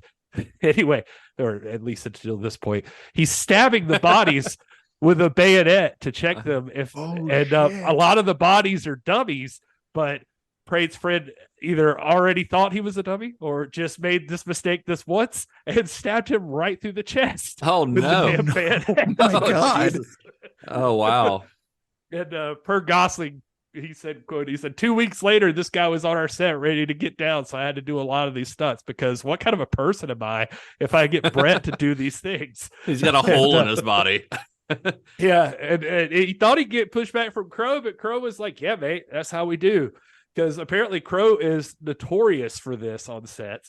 Gosling says he's done so many stunts that as soon as the read-through ended for the movie, Russell was sketching something and I went over it. It was a blueprint for the hot tub. And he immediately took it over to Shane to talk about how the dimensions of the hot tub weren't going to allow for the scene that had been written. And so he went immediately into stunt mode. So I thought that was funny. And I started looking into Crowe's stunts.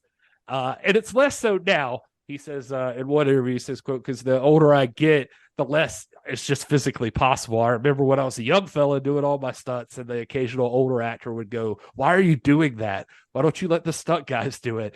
And he's like, now that I'm the older guy, I'm like, that was a piece of kindness and wisdom that just missed me at the time, because you do start stacking up stuff. He's like, I've got this embarrassing thing where I've got one scar on my body that is from something other than a film set. Every other scar than that is from something on a film set.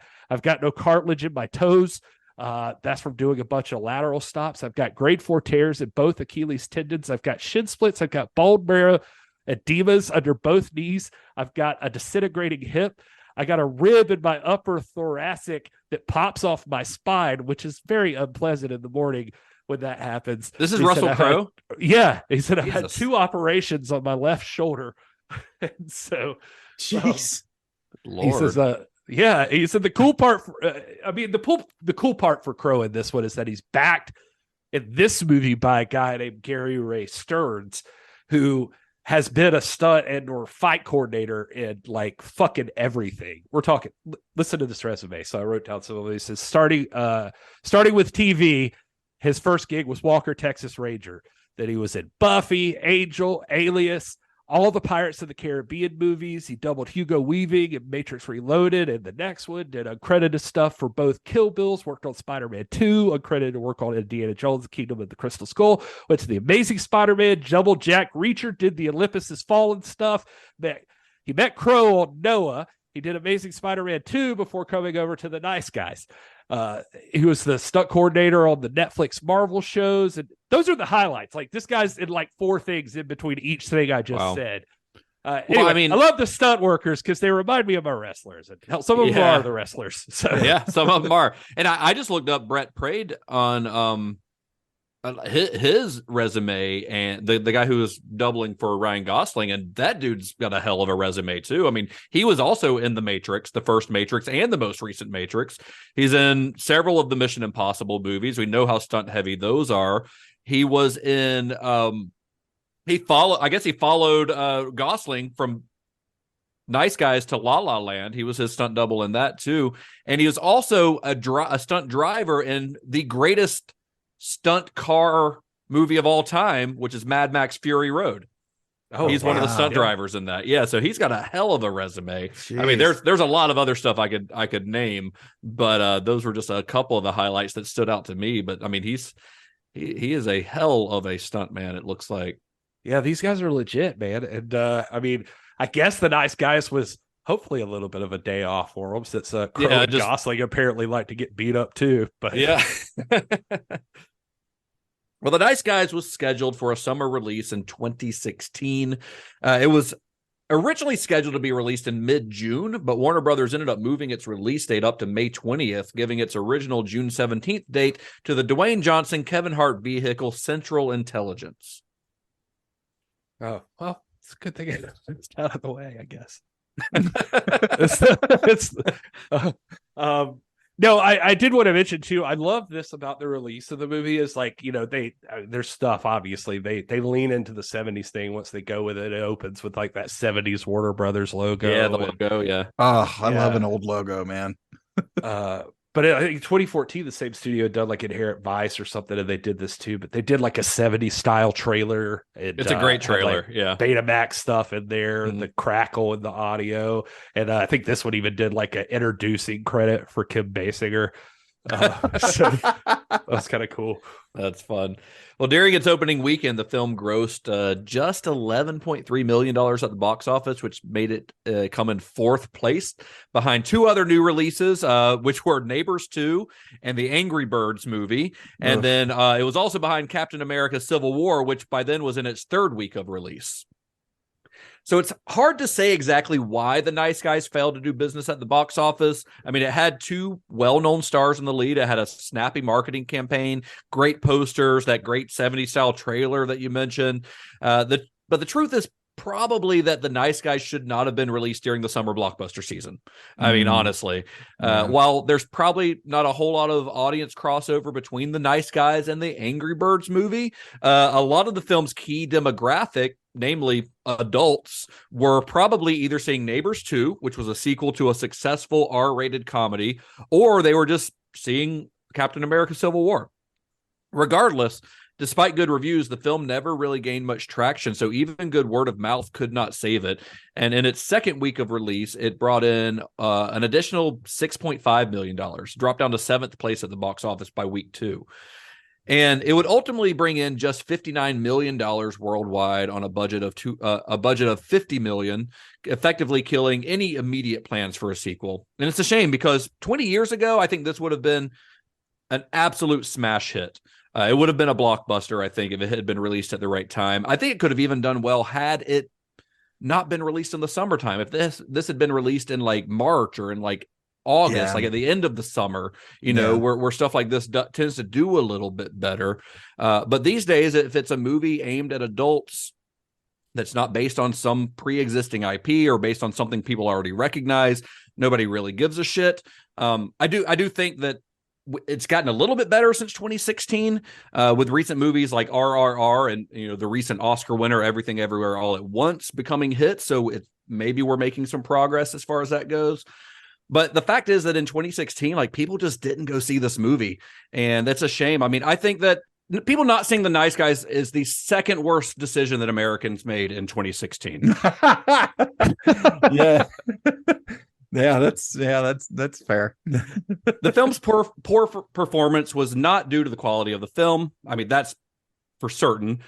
Critics, for the most part, love the film, and it currently sits at a pretty impressive 91% fresh on Rotten Tomatoes.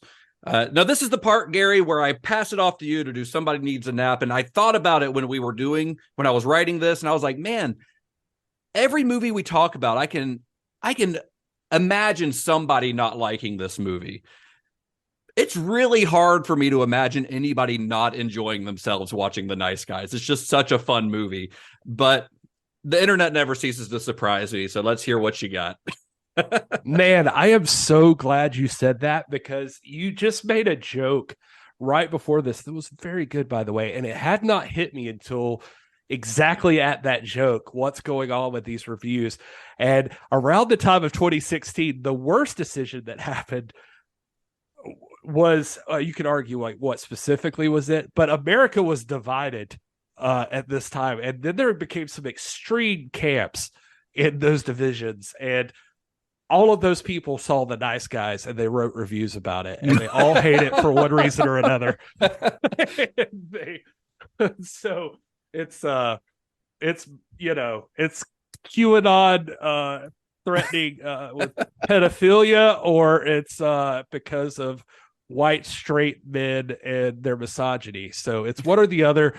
But yes, there's plenty of people who saw this movie that now need to go take a nap.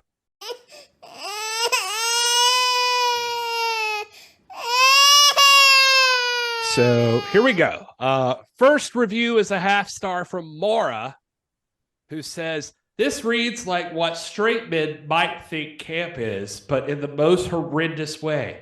Had the urge to rip my eyes out after maybe 5 minutes watching, but managed to hit the 1 hour mark until I decided that this was really absolutely not worthy of my time. You know, with the Blade Runner sequel, at least it had some great visuals from time to time. This is just men and misogyny veiled in self-awareness. Is that going to be a recurring theme here, the misogyny thing? I think so. Some of the stuff repeated so much that I honestly skipped it. So when I said pedophilia and misogyny were both prominent features of reviews, there were plenty more that I'm ever going to get to mention here because I try not to spend an hour. Yeah, we'll get there. All right. Actually, we'll get there now. Here's Chris saying, disturbing film and unsuitable roles for minors. The story is a mess and not very funny, but what surprised my husband and I the most were the 12 to 13 children in a film about a porn star. Maybe they mean 12 to 13-year-old children. In a film about a porn star and the parts they played. It was pretty sick. Why would any parent allow a child to be in a film about porn with nudity and sex and add to the sexuality of the film? A female porn star suddenly dies and a prepubescent boy finds the naked woman. Later, a young boy asks Crowe and Gosling if they'd like to see his big dick. It was creepy. Gosling's 13-year-old daughter in the film goes to a party where naked women dance and swim in an aquarium, and where the daughter is caught watching a porn film. The dad, Gosling, doesn't even care.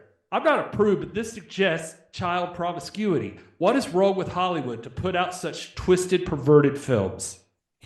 You say you're not a prude, but it sounds like you're a prude. Also, the kid, you guys want to see my dick? That kid is hilarious. Like,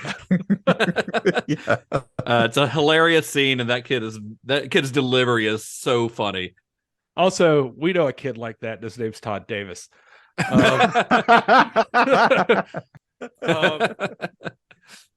Zombie Mockingbird says, hot mess. When I first started, I thought it was going to be a kind of quirky buddy movie. And even though I don't like Russell Crowe or Ryan Gosling, I decided to give it a go. Short time later, I was questioning how on earth Ryan Gosling's character got custody of his 13-year-old daughter. She doesn't appear to go to school and pretty much runs around by herself with absolutely no supervision of any kind. Not long after that, after a porn party, which Gosling allowed his daughter to attend, again unsupervised, while he got drunk and did nothing remotely intelligent, I turned it off, wondering why anybody would waste their time watching it. None of it actually makes any sense whatsoever. This is really pathetic.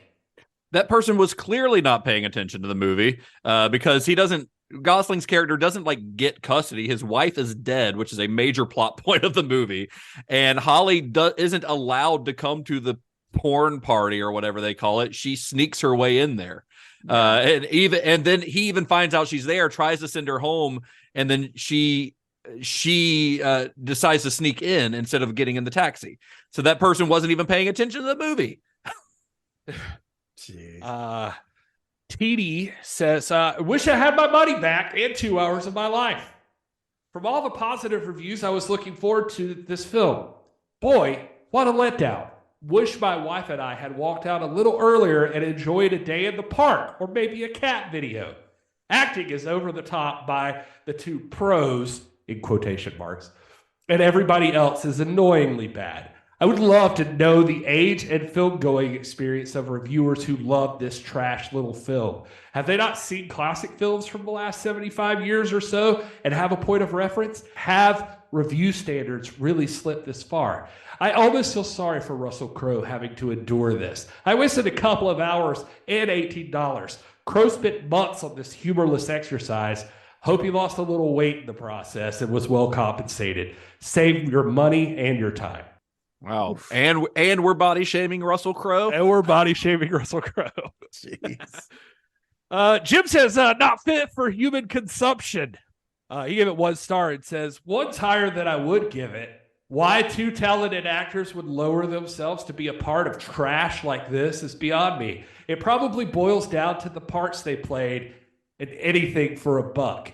If there is any redeeming quality to this picture, it's that we had the opportunity to walk out and took it. The sad part is that I actually had to pay to see it.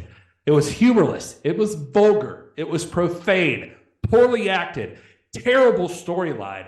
Russell Crowe looked like a blimp. I feel sorry for the young actress who had to endure being part of a low-life movie. I guess that's what floats for entertainment today.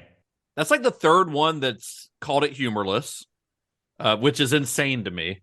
That's also like the third one where the person has walked out of the movie and not even finished it and still decided to review it. And that's the second one in a row that has body shamed Russell Crowe. What the fuck is wrong with these people? Let's keep a tally. If this was a YouTube show, we'd have to make graphics for this. This is like the Joe Bob. Right. Here's Fiona, who says, how can anybody actually like this? I came here to see what people thought of The Nice Guys, as I honestly thought it was about the worst film I've ever seen. Wow, there it is. I was simply staggered by all the positive reviews I've seen. I gather it's supposed to be funny, but not once did I even smile. Imagine that. I also know it's supposed to be referring back to other films, but it did it so badly that it was crass. What were they thinking? This script is dreadful. Ryan Gosling was almost impossible to hear at times, and the only decent acting in it came from the young girl playing his daughter, Andrea Rice. How this could get any positive reviews is beyond me. Normally, I find that I can rely on sites for films worth seeing, but this time I totally disagree. This was not worth the price of popcorn, let alone the price of a ticket. These people are mad about having to pay for this movie. They are angry. I'm telling you, this was weirdly, even more so than Hodorowski. We got some great bad reviews. Triblis says, stupid, awful, waste of time. I really do not know the reason of existence of this movie. One of this moments you want to log in to save everybody else's time. One of the stupidest movies I've ever seen. No reason for watching. I saw it because of the actors and wasted every minute of my life. The plot, stupid. The funny part, stupid. Trying to find some lines to describe my wasted time in order to enter a review, but I cannot. Such a pity for my time. If you have enough free time to waste, go for a walk or take your neighbor's dog for a walk. I don't like anything in this movie. They are so mad about it. Here's another good one. How about Adele, who says, seriously, worst movie ever. Oh, no. No joke. This is a really bad movie. Although the movie features A-list actors, the acting is D-list at best. Awful casting, worse dialogue. There's no flow, tons of plot holes, ridiculous, and not in a good way. I'd say this ranks in the top 5 of the worst movies ever made. This director mashes together scenes that leave you wondering, what the fuck? I started to feel embarrassed for the actors and filmmaker. The only saving grace of this film was seeing Gosling's handsome face. Crowe, who was once a movie star hunk, is now just a hunk of chub. Wow, they did it again. I am baffled how anybody could give this movie more than 1 star. Don't waste your time. You said that was Adele? Adele, yeah. I wish you would have read it in her voice.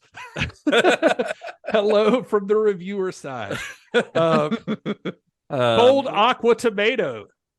How does this waste of time and money have such a high rating? People are idiots. Hooray for mindless violence and 4-letter words that pass for humor. You know, the Soviet Union had expert boards that decided if a film was good enough to show it to the audience. The Soviet cinema was the best in the history of cinema. Film studios should think about that.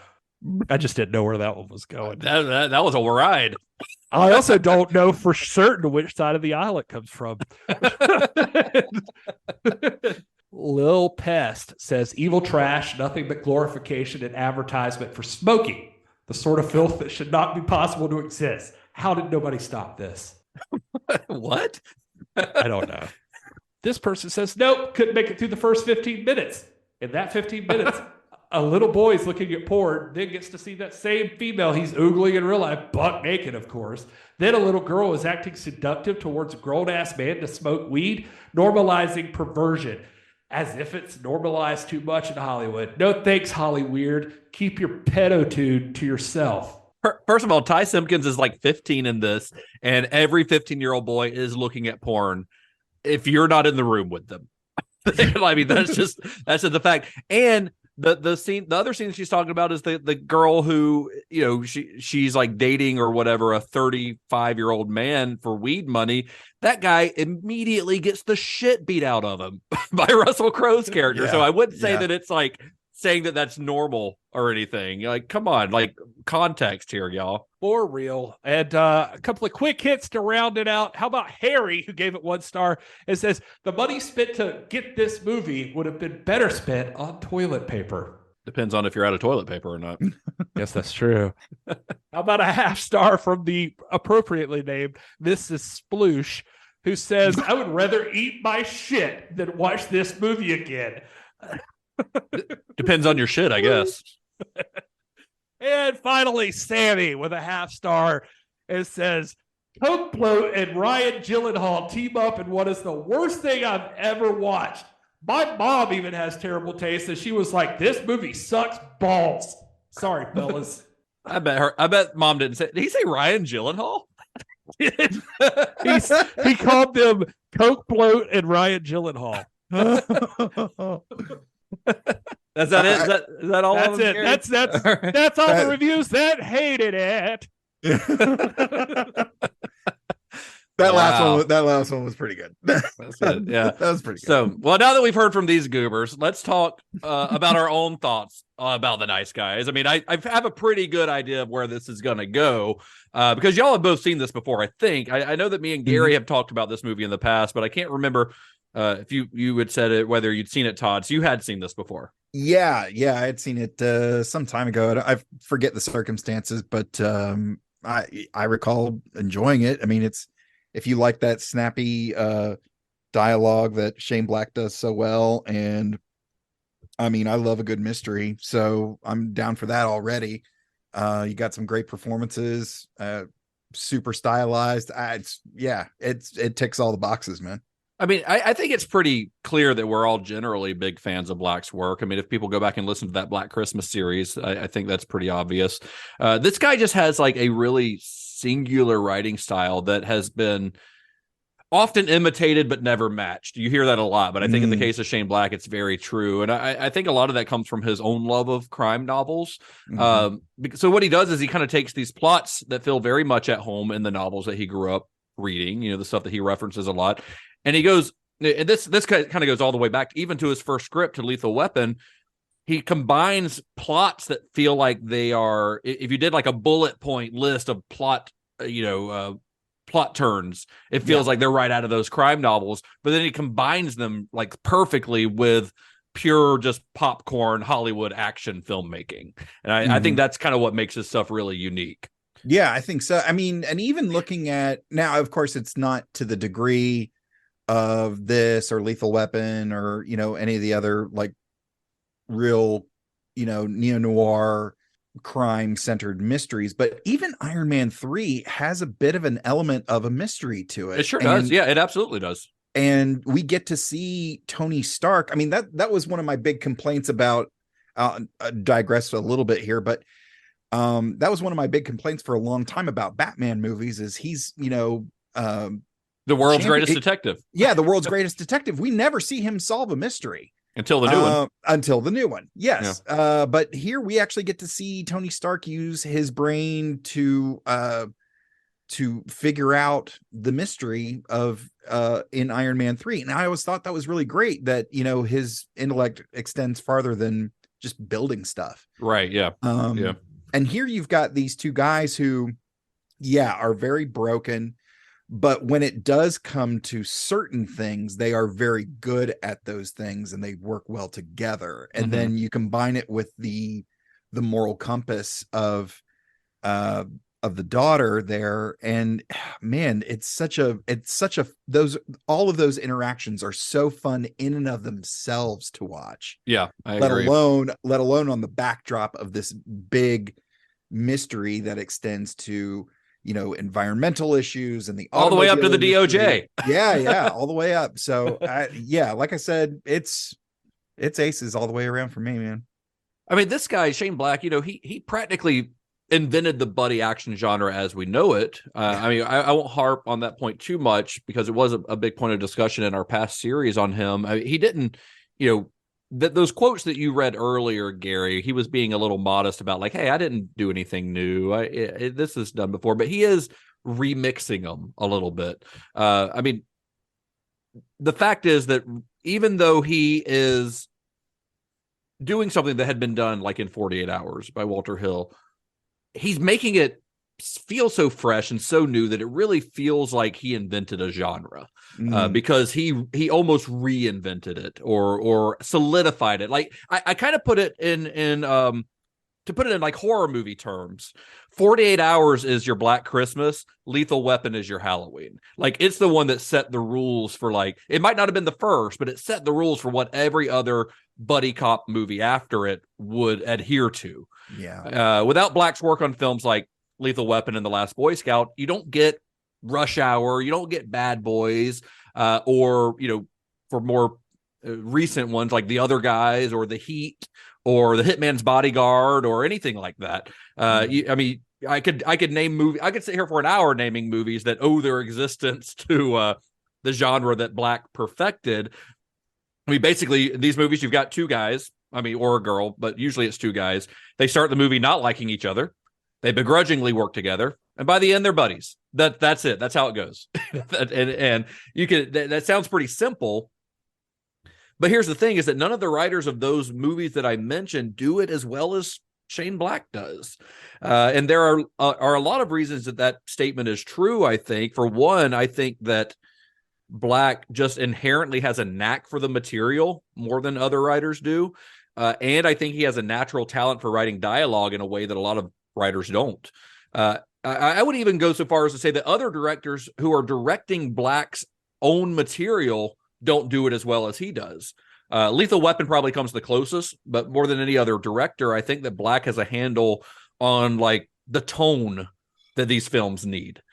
Which is why I think that Kiss Kiss Bang Bang and The Nice Guys are probably the best movies with Black's name attached to them, because he's in his element and he knows exactly how they're supposed to feel, exactly how the dialogue's supposed to snap, exactly how the comedy is supposed to work. Like, he just knows it, and it's almost like instinctual for him. Yeah. It's so funny. Like I mentioned Tarantino before. I said it's so funny. It's not really funny.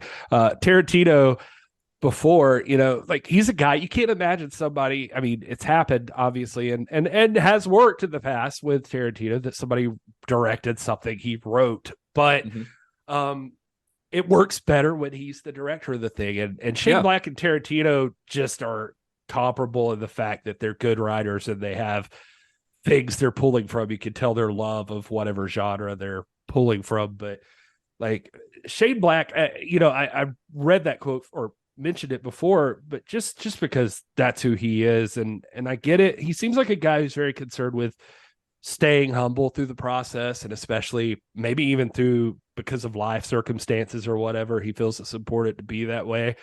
But and you know, and the world's full of people right now who love to stand on the shoulders of giants and pretend that they're the best thing in the world or that they're infallible or something. I think that Shane Black gets that people are imperfect, and that's one of the best parts about stories like this. And he's not giving himself enough credit, probably because of worrying about trying to act like he's perfect or something. But like his characters are so, you know, we keep calling them broken or whatever, but that's part of the charm of the whole thing, is like these guys especially coming from a place like the 80s or something where, you know, guys like Arnold and Stallone and all of those dudes are like rocking it. You know, you see the emergence of people like Bruce Willis doing his thing, or in Lethal Weapon, like with what he was able to do for like Mel Gibson and Danny Glover and those kind of people that, like, these aren't like super action stars.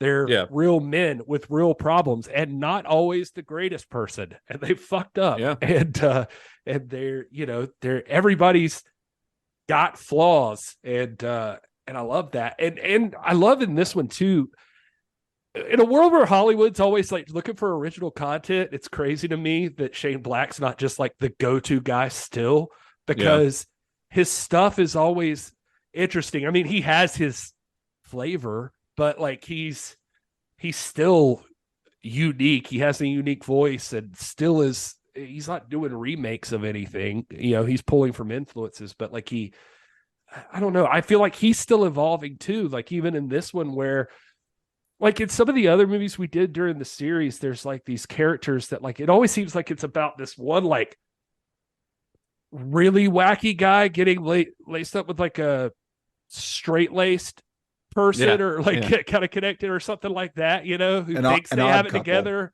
The odd couple thing. But these guys, while still, I guess, an odd couple, they're both like, it feels like this is the broadest cast list that he's had so far. Like that each character has like Gosling and Audrey and Russell Crowe and Kim Basinger. There's like an ensemble here of people that make this thing work. And that, I don't know, maybe I'm wrong, I'm not thinking about it right, but it feels like he's broadened that all of these people have more depth than his previous stories. Well, I think his characters always have a lot of depth. I think part of what you're saying, you know, when you say that these are guys that they're not your typical action star, you know, that you would expect from these movies, that's part of like how Black subverts expectations for this type of movie. I mean, that's something he's really good at in his writing. And I love that about him, because I love that he makes decisions even within the script that subverts what an audience expects from that type of movie, you know, and that's what I love that about movies. I mean, I won't mention the fandoms, but there are some fandoms out there that when they go to a movie, they want to see exactly what they're expecting to see. That's boring. I want to be surprised when I go to the movie. I don't want to be able to guess every plot point before I walk into the theater. Where's the fun in that? You know, why the hell would I want that? I want a movie to surprise me at every turn. And that's something that Black does time and time again. He's really been doing it his whole career. I mean, think if you watch Lethal Weapon, there's that scene where you've got Murtaugh and Riggs, they're walking to a house to interview a suspect, and the house explodes. Like that's an example of him subverting expectations. A later example is in Iron Man 3 in the way that he handled the Mandarin, which pissed a lot of people off. It made a lot of people mad because it wasn't comic accurate, but you can't really do Mandarin comic accurate without being sort of kind of racially stereotyping the character. So he just went a completely different direction, and it made a lot of people mad, but I loved that twist because, for one, I didn't see it coming. And for two, it paid off with one of the funniest performances in any of the Marvel movies with what Ben Kingsley did in that role. It's wonderful. And I think The Nice Guys is kind of the ultimate example of Black subverting expectations. I totally agree with that. And it's something I want to, for our next bonus episode, I kind of wanted to talk about that, especially when we bring up the next series we're going to do. You know, for him, you just reminded me of another thing I remember hearing that I didn't even have written down, but basically he was talking about making Iron Man 3, and one of the things that he liked when he was working with Marvel is he was talking about how superhero movies are huge and doing all these things, but he said one of the things he liked about Marvel is that he thought the reason they were succeeding where others might have failed was that they have the big moments, they have the mythic hero walking into the room who's backlit or like lit below and like storming into the place. He's like, but then they might stub their toe. And he's like, and they don't forget to do that. And he was like, and that's important. And that feels like what he does with everything. Like he's got the fucking LA shootout, and that's cool. And it could have, in any other person's action movie, that'd be one thing. But in this one, like fucking Healy loses his bullets and then he gets a gun thrown at him that goes out the window. Well, yeah, violence is never easy in any of these movies. Well, that's what I'm talking about, like subverting expectations, doing things like that, like where he tosses the gun and it goes through the window, which is not the cool like action guy move you would expect from this type of movie, and it's also just really funny. It's a great laugh because I think you could if you took just the plot of this movie, without not thinking of the characters, but just like the plot of what, the conspiracy, there are a million ways that you could do a detective story like this. And 99% of those are probably boring or what you've seen a million times. Yeah. There are so many tropes in that genre, so many, things you could fall into that have been done over and over. But The Nice Guys manages to zig every time you think it's going to zag. For example, one of my favorite examples, there's a ton of them in this movie. You just mentioned one that I hadn't even thought of, but another one is where towards the end of the movie, where they're in their airport hotel, they go up the elevator opens, and in most movies, that's where they rush in to save the day. But that elevator opens and there's a bloodbath in progress, and they're just like, nope. They just close the elevator doors and leave. That's great. I love that. And it's funny, but it's also very fitting for these characters that have been established. Another one, is when they're disposing of Sid Shattuck's body. They drop it over a fence. Normally that's the end of the scene, but in this version, he falls down into another house's backyard and lands on their table where they're having an outdoor dinner party. And then you've got probably my number one example of things that you would not expect to see in this type of movie is when Holland March falls asleep while driving and hallucinates a giant bumblebee voiced by Hannibal Buress in the back seat, smoking a cigarette. What other movie like in this genre would dare to do that? And it's funny and it's weird, but it also culminates in one of the best payoffs ever when Holland reaches for Healy's ankle gun to find out that he dreamt that the ankle gun existed to begin with. It's great payoff like 20 minutes later from just this bizarre little scene that they threw into the middle of the movie with a giant CGI bumblebee. It's really funny and it's so weird. Yeah. These guys are flawed in like a way. And that part's not something new that like Shane Black brought in. Like Mel Gibson was fucking suicidal in Lethal Weapon. People forget that part, like the fact that there was like a buddy cop comedy or whatever, but Mel Gibson was ready to like put a bullet through his brain like a couple of times in that film.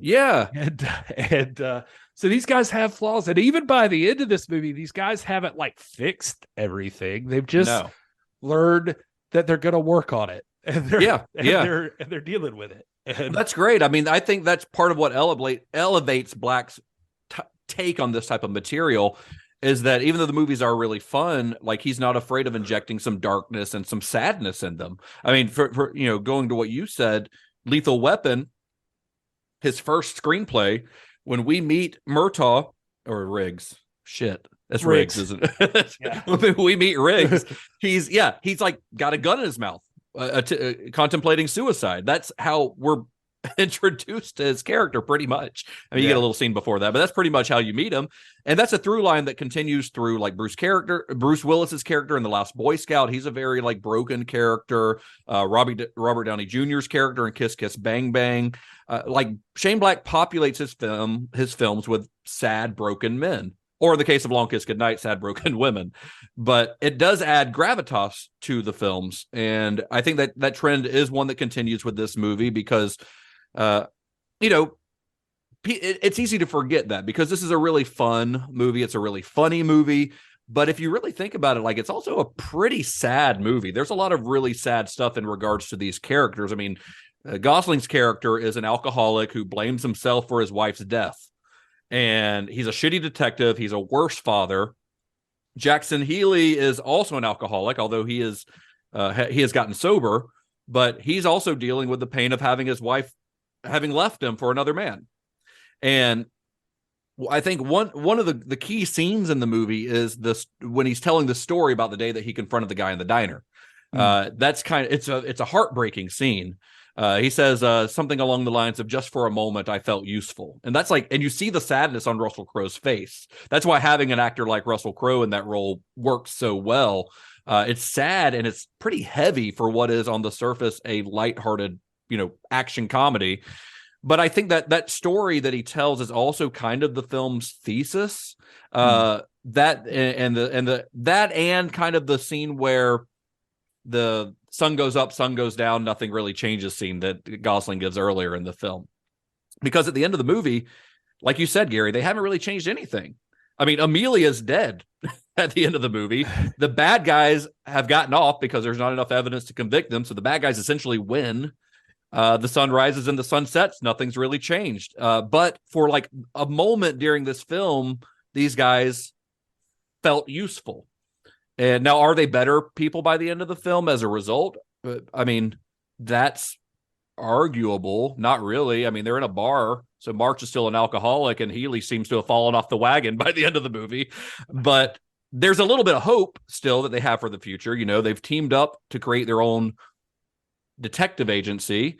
At the end, they've reset their priorities, I would say. Yeah, exactly. So they've got something to look forward to. They're looking forward to the adventures that this new partnership might bring, which is the perfect setup for a sequel, right? You would hope. You would hope. Well, when promoting the film prior to its release, he expressed a lot of interest in doing a sequel, provided the movie made money. He said, it literally says that in interviews. He's like, I don't want to jinx it, because the movie's got to make some money first. He even says in one, he's like, maybe if people just go see Captain America 6 times, and instead of seeing it a 7th time, they go see our movie, then we might be all right. But as we know, the movie didn't make enough money. Crowe and Gosling, they also expressed interest in a sequel should it ever happen. In 2018, Black reiterated his desire to make a sequel to The Nice Guys, but he also noted that it was unlikely due to the film's box office performance. And I think that is a shame, because I think The Nice Guys really does feel like an origin story for this detective agency that these guys have created. And I would watch 10 more movies with these guys playing these characters. I mean, I think they're great, and I would love to see them do a case like what Rian Johnson seems to be doing with the Knives Out movies, like just do a different case every movie, just like those Mike Shane novels that he based this on. Like you've got these detectives on a different case every single time. I think it would be great, but doesn't seem to be in the cards. I don't know if it was the same interview you were just referencing, but I did see where Shane Black had said something about it was tough during all of this. He was like, Private Eye movies are my favorite. We tried with Kiss Kiss Bang Bang. That was Warner Brothers. That performed enough. It didn't lose money, but it sure didn't perform enough that it made money. At the time, we were trounced by The Dukes of Hazzard, which had Jessica Simpson. He said, we had Robert Downey when he was a little rough and had just gotten out of the pokey, and we had Val Kilmer when he was at a low point in his career. So what are you going to do? It didn't do well, but it was a movie, and I'll keep going back to that well. I could make detective films for the rest of my life. And by the way, we hope the audience feels free to help. If you want to go see, or if you want to see more detective movies, here's one in the middle of all that branded summer competition, largely with cape-wearing people. But if you want to see guys with ties instead, you can probably help us out a little bit. Yeah. The only thing I had for fun facts basically was just the references that are in the film. I mean, there's a lot of references that Shane Black pulls out. I mean, there's the stuff I mentioned earlier, Bagarossi mentioning the Rockford Files was one of the things they were watching. There's literally apparently a Yellow Pages ad for the detective agency in one of the scenes. That's a complete exact copy of the ad that Jim Rockford used in the Rockford Files. He keeps his gun in a cookie jar, which was from that show. Oh yeah. And there's we mentioned the Lou Costello thing. There's all kinds of stuff. I guess the elevator scene, the music playing in the background is the same as the music. It's the girl from Ipanema, which is from that was also heavily used in the Blues Brothers, which is where they decided to pull that from. Yeah. And there's a movie called Better Luck Tomorrow from 2002 when Healy's trying to learn that word equanimity while feeding his fish. That whole scene is apparently borrowed exactly from Better Luck Tomorrow. And let's see, what else did I have? Anything else fun? Well, Black also reuses a bit of dialogue from Iron Man 3 at the end when they're in the hotel. The scene where they are in the hotel bar when they first walk in, and Gosling says he'll stop doing it. Doing what? And then Crowe grabs him by the tie and slams his face into the bar. Robert Downey Jr. and Don Cheadle had that same bit of dialogue. Oh yeah. Oh yeah. So he borrowed from himself in that case. Well, he does that a lot. Like, because I mean, if you think back to Lethal Weapon, and I saw some of these elsewhere, I don't remember where, but I mean, a character from an adult movie dies at the beginning of Lethal Weapon. That girl commits suicide. That has been filmed in porno, basically. Last Boy Scout, Danielle Harris's character is calling her dad a fuck up, which exactly happens in this too. And there's like little things like that. I remember one, the toast at the end to the birds. Remember the two guys doing the toast are named Gosling and Crowe. So, but I think they're saying to the birds because it's about the air pollution thing that the people were protesting earlier. Is it, Justin? Yeah, I'm pretty sure it is. I don't know. Well, I guess this is a point where we get into further viewing. It's been a while since we've done this with all three of us. So the last few further viewings have made a little bit more sense than they do when Todd's here. That's true. That's fair. But since Todd is back, I'm going to let you start off, Todd, with telling us what you would pair with The Nice Guys as a double feature. Okay. So I love a good mystery, as I mentioned earlier. So this is an adaptation featuring an actor from The Nice Guys. Science fiction, 2002. Okay. One of the taglines is, "The system is perfect until it comes after you." Oh, you're making us guess this again, aren't you? Yeah. Who's the Can you tell me the actor from The Nice Guys? It's Minority Report. Oh yeah, it is. It's got to be Minority Report. Who from the Nice Guys is in Minority Report? That was Lois Smith. She's the old lady with the Coke bottle glasses. Yeah. She's Dr. Iris Hinneman. She's Sookie Stackhouse's grandmother in True Blood. Yeah. Yeah. But yeah, Minority Report, directed by Steven Spielberg. Weird choice, Todd. Yeah, I like a good mystery. So there you go. It's a great movie, but stylistically could not feel more different than the Nice Guys. They're both highly stylized, just in opposite directions from each other. All right, if you say so, Todd. I mean, I'll never turn down an excuse to watch Minority Report. It's an incredible film. Yeah, it's a good one. That would not have been one that I would have picked. But anyway, what do you got, Gary?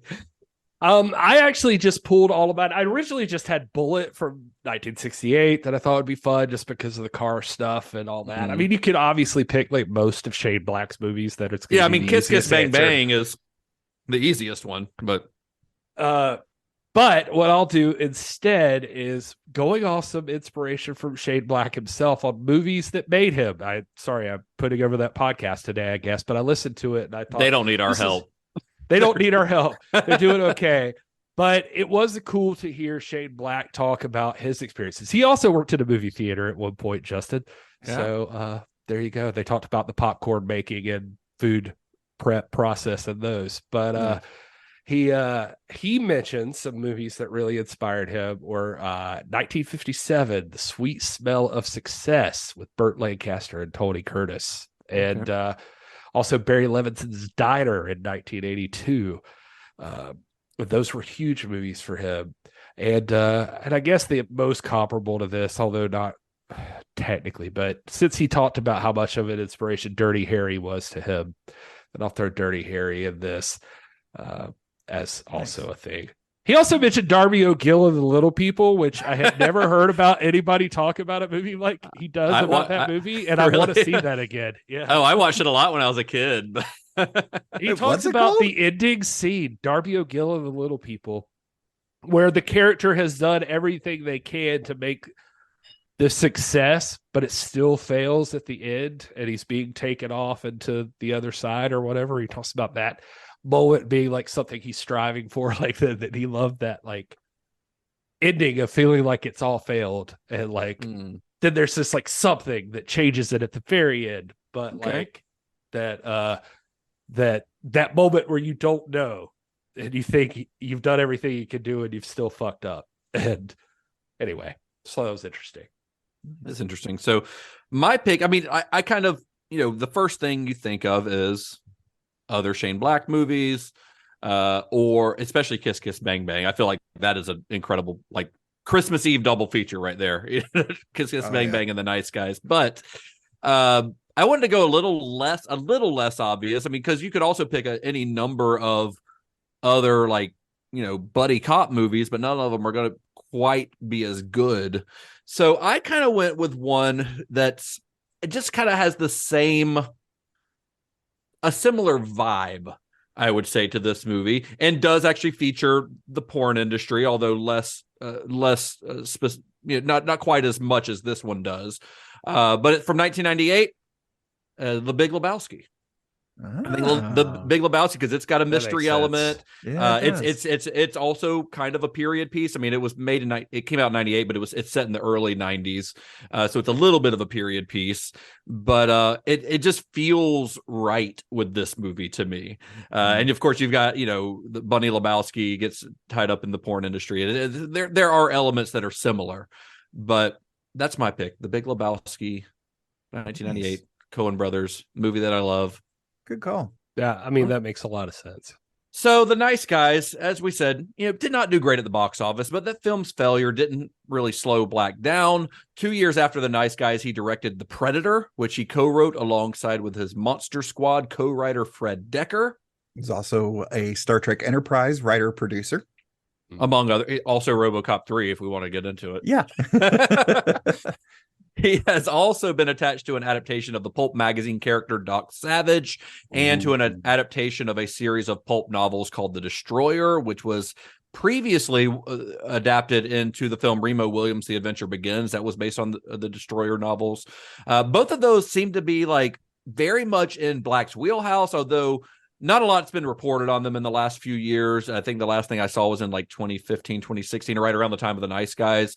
But so I'm really not sure if they're still in development or not. But more recently, it was announced that Black was re-teaming with Bagarazzi on an adaptation of a series of crime fiction novels written by Donald E. Westlake called Parker. Parker is the main character. It's a series of novels based on this character. And the first film, which is to star Robert Downey Jr. as the Parker character, is called Play Dirty, and it's also set to re-team Black with Joel Silver. So it seems like that probably is going to be his next movie. This was announced a little less than a year ago, so they're in kind of development stage on that one. Nice. And despite its box office failure, though, The Nice Guys is a film that it has gained a cult following in the year since its release. A lot of people, unfortunately, didn't see it in theaters, but did catch it, on Netflix, which is where it's streaming now. A lot of people have caught it on streaming services or rented it, and it's become very popular. And everyone who loves it everyone who sees it seems to love it, I think. So I'm not sure if that'll be enough to get the sequel that we're all wishing for, but one can hope that maybe one day, hopefully soon, we'll get The Nice Guys Part 2.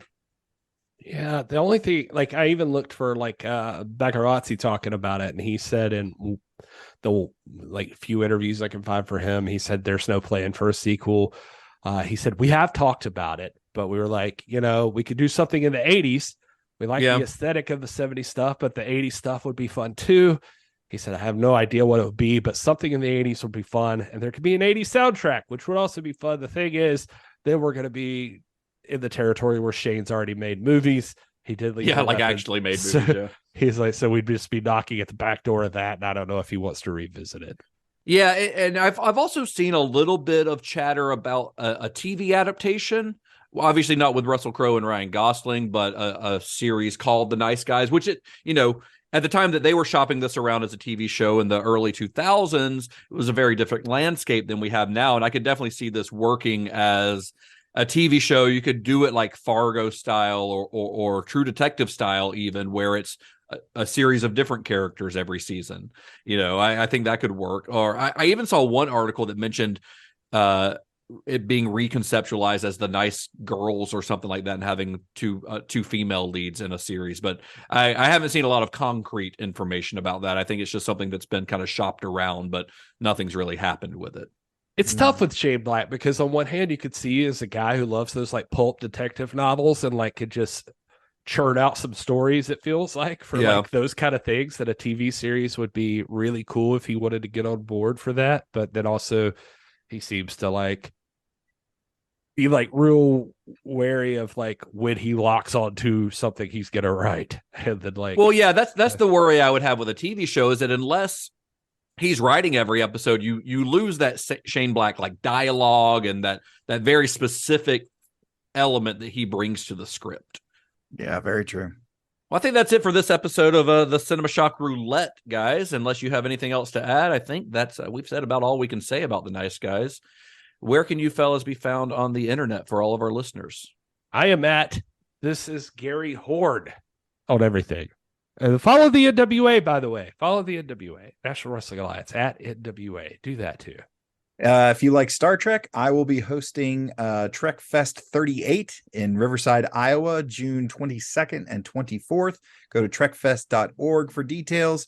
I'm also working my way through the entire Star Trek franchise in chronological order on my show, Computer Resume Podcast, available now wherever you get your podcasts and on social media at Computer Resume. And I am at Mr. Todd A. Davis on Facebook, Twitter, Instagram, Letterboxd, and D&D Beyond. I am at Justin_Bishop. I am on Instagram and Letterboxd there. I'm also on Twitter, which I use every now and then. The show is Cinema_Shock. That's on Instagram and Twitter. You can also find us on Facebook. You can also find us at cinemashock.net, where we have all of our episodes as well as links to our Discord channel and our merch. As always, do us a favor. If you like the show, rate, review, and share us with all your friends. If you don't like the show, keep it to yourself. And until next time. This has been a lot of fun, by the way, guys. Oh, yeah. Getting to revisit Shane Black and fun. Maybe close we'll out revisit a series, it feels like. And it would be nice to do that again for other filmmakers we've talked about. Maybe we need to like revisit David Cronenberg one day. We've got some other folks that we need to revisit. Yeah. I just wanted to bring that up. Also, by the way, real quick shout out to was it Hooptoberfest? That did you see them? They retweeted us and put over our Toby Hooper series. Oh, nice. Hooperville. That was what it Hooperville. was. I just very looked it cool. Up. It's a book coming out. Hooperville. About Toby and they're Hooper. celebrating the cinema of Toby Hooper.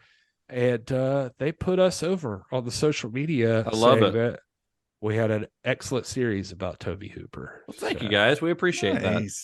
Yeah. Anyway, until next week, may the wings of liberty never lose a feather. And be excellent to each other. All right. I was at a diner in Hollywood, and Johnny with the keys started threatening people. So I did something about it. I acted. I didn't plan to. I didn't, I just did it. I took Johnny out. I didn't even get paid for it. So I ended up with a key in the bicep, $500 of hospital bills. It was stupid, really. When I think about it, it was the best day of my life.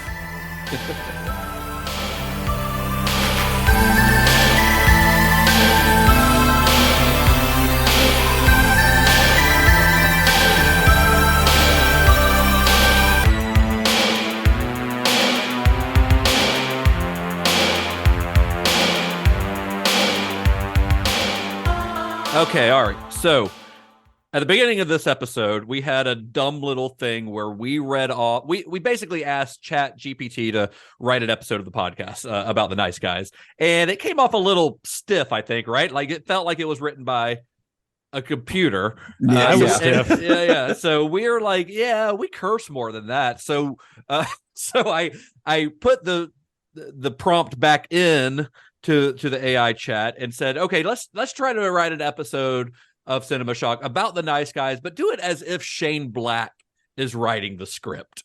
And so we got very different results for that. So we will now, as a little bonus at the end of the episode, present that to you. Welcome to the Cinema Shock Podcast, where we talk about the best and worst of movies and everything in between. I'm your host, Gary, and today we're talking about The Nice Guys, the 2016 action comedy written and directed by the man himself, Shane Black. He would say that. With me today is my co-host, Justin. Justin, what did you think of the movie? Well, Gary, I gotta say, I fucking loved it. The Nice Guys is the perfect example of what makes Shane Black's writing so fucking great. It's got the snappy dialogue, the witty banter, the hardboiled detective shit, and of course, it's got the goddamn 70s vibe that just oozes coolness. Hell yeah, Justin. Hell yeah. I couldn't agree more. The Nice Guys is a fucking masterpiece, plain and simple. Ryan Gosling and Russell Crowe are fucking amazing as Holland March and Jackson Healy, the two private detectives who team up to solve a case involving a missing girl and a conspiracy that goes all the way to the top. And let's not forget about Angourie Rice, who plays Holly, Holland's daughter. She's fucking fantastic, and she steals every goddamn scene she's in. You're goddamn right, Justin. And Angourie Rice is a fucking star in the making, and she holds her own against Gosling and Crowe, which is no fucking easy feat. And let's not forget about the action scenes, Gary. They're fucking brutal, but also hilarious as shit. Like the scene in the bathroom where Gosling's character is trying to escape and he keeps fucking up. That shit had me fucking dying. Yeah, Justin, that scene was fucking hilarious. And the scene where Crowe's character beats the shit out of that guy in the bar, fucking classic. And that ending, Gary, that goddamn ending, it's so fucking perfect. I won't spoil it for anyone who hasn't seen it, but holy shit, it's so fucking satisfying. You're goddamn right, Justin. Guess that's my line. You're goddamn right, Justin. The ending of The Nice Guys is one of the best fucking endings in any movie ever. It's got heart, it's got humor, and it's got a motherfucking killer soundtrack. And let's not forget about the goddamn setting, Gary. 70s Los Angeles has never looked cooler. It's like you can feel the smog and the neon lights and the fucking polyester. Absolutely, Justin. The Nice Guys is a goddamn feast for the senses, and it's one of the most entertaining and fucking awesome movies you'll ever see. If you haven't seen it yet, what the fuck are you waiting for? That's all the time we have for today's episode of the Cinema Shock podcast. Thanks for fucking listening, and we'll see you next time. Yeah, thanks for fucking listening, you motherfuckers. Still no Todd. No, Chat GPT does not acknowledge Todd's existence. He's just the hype man. He's like the dancing guy from the Mighty Mighty Boss Tones, just giggling in the background. That's it. That's my role. Happy to oblige. Oh man, that got me tickled. I think we're getting an NC-17 rating for that. Yeah, we might.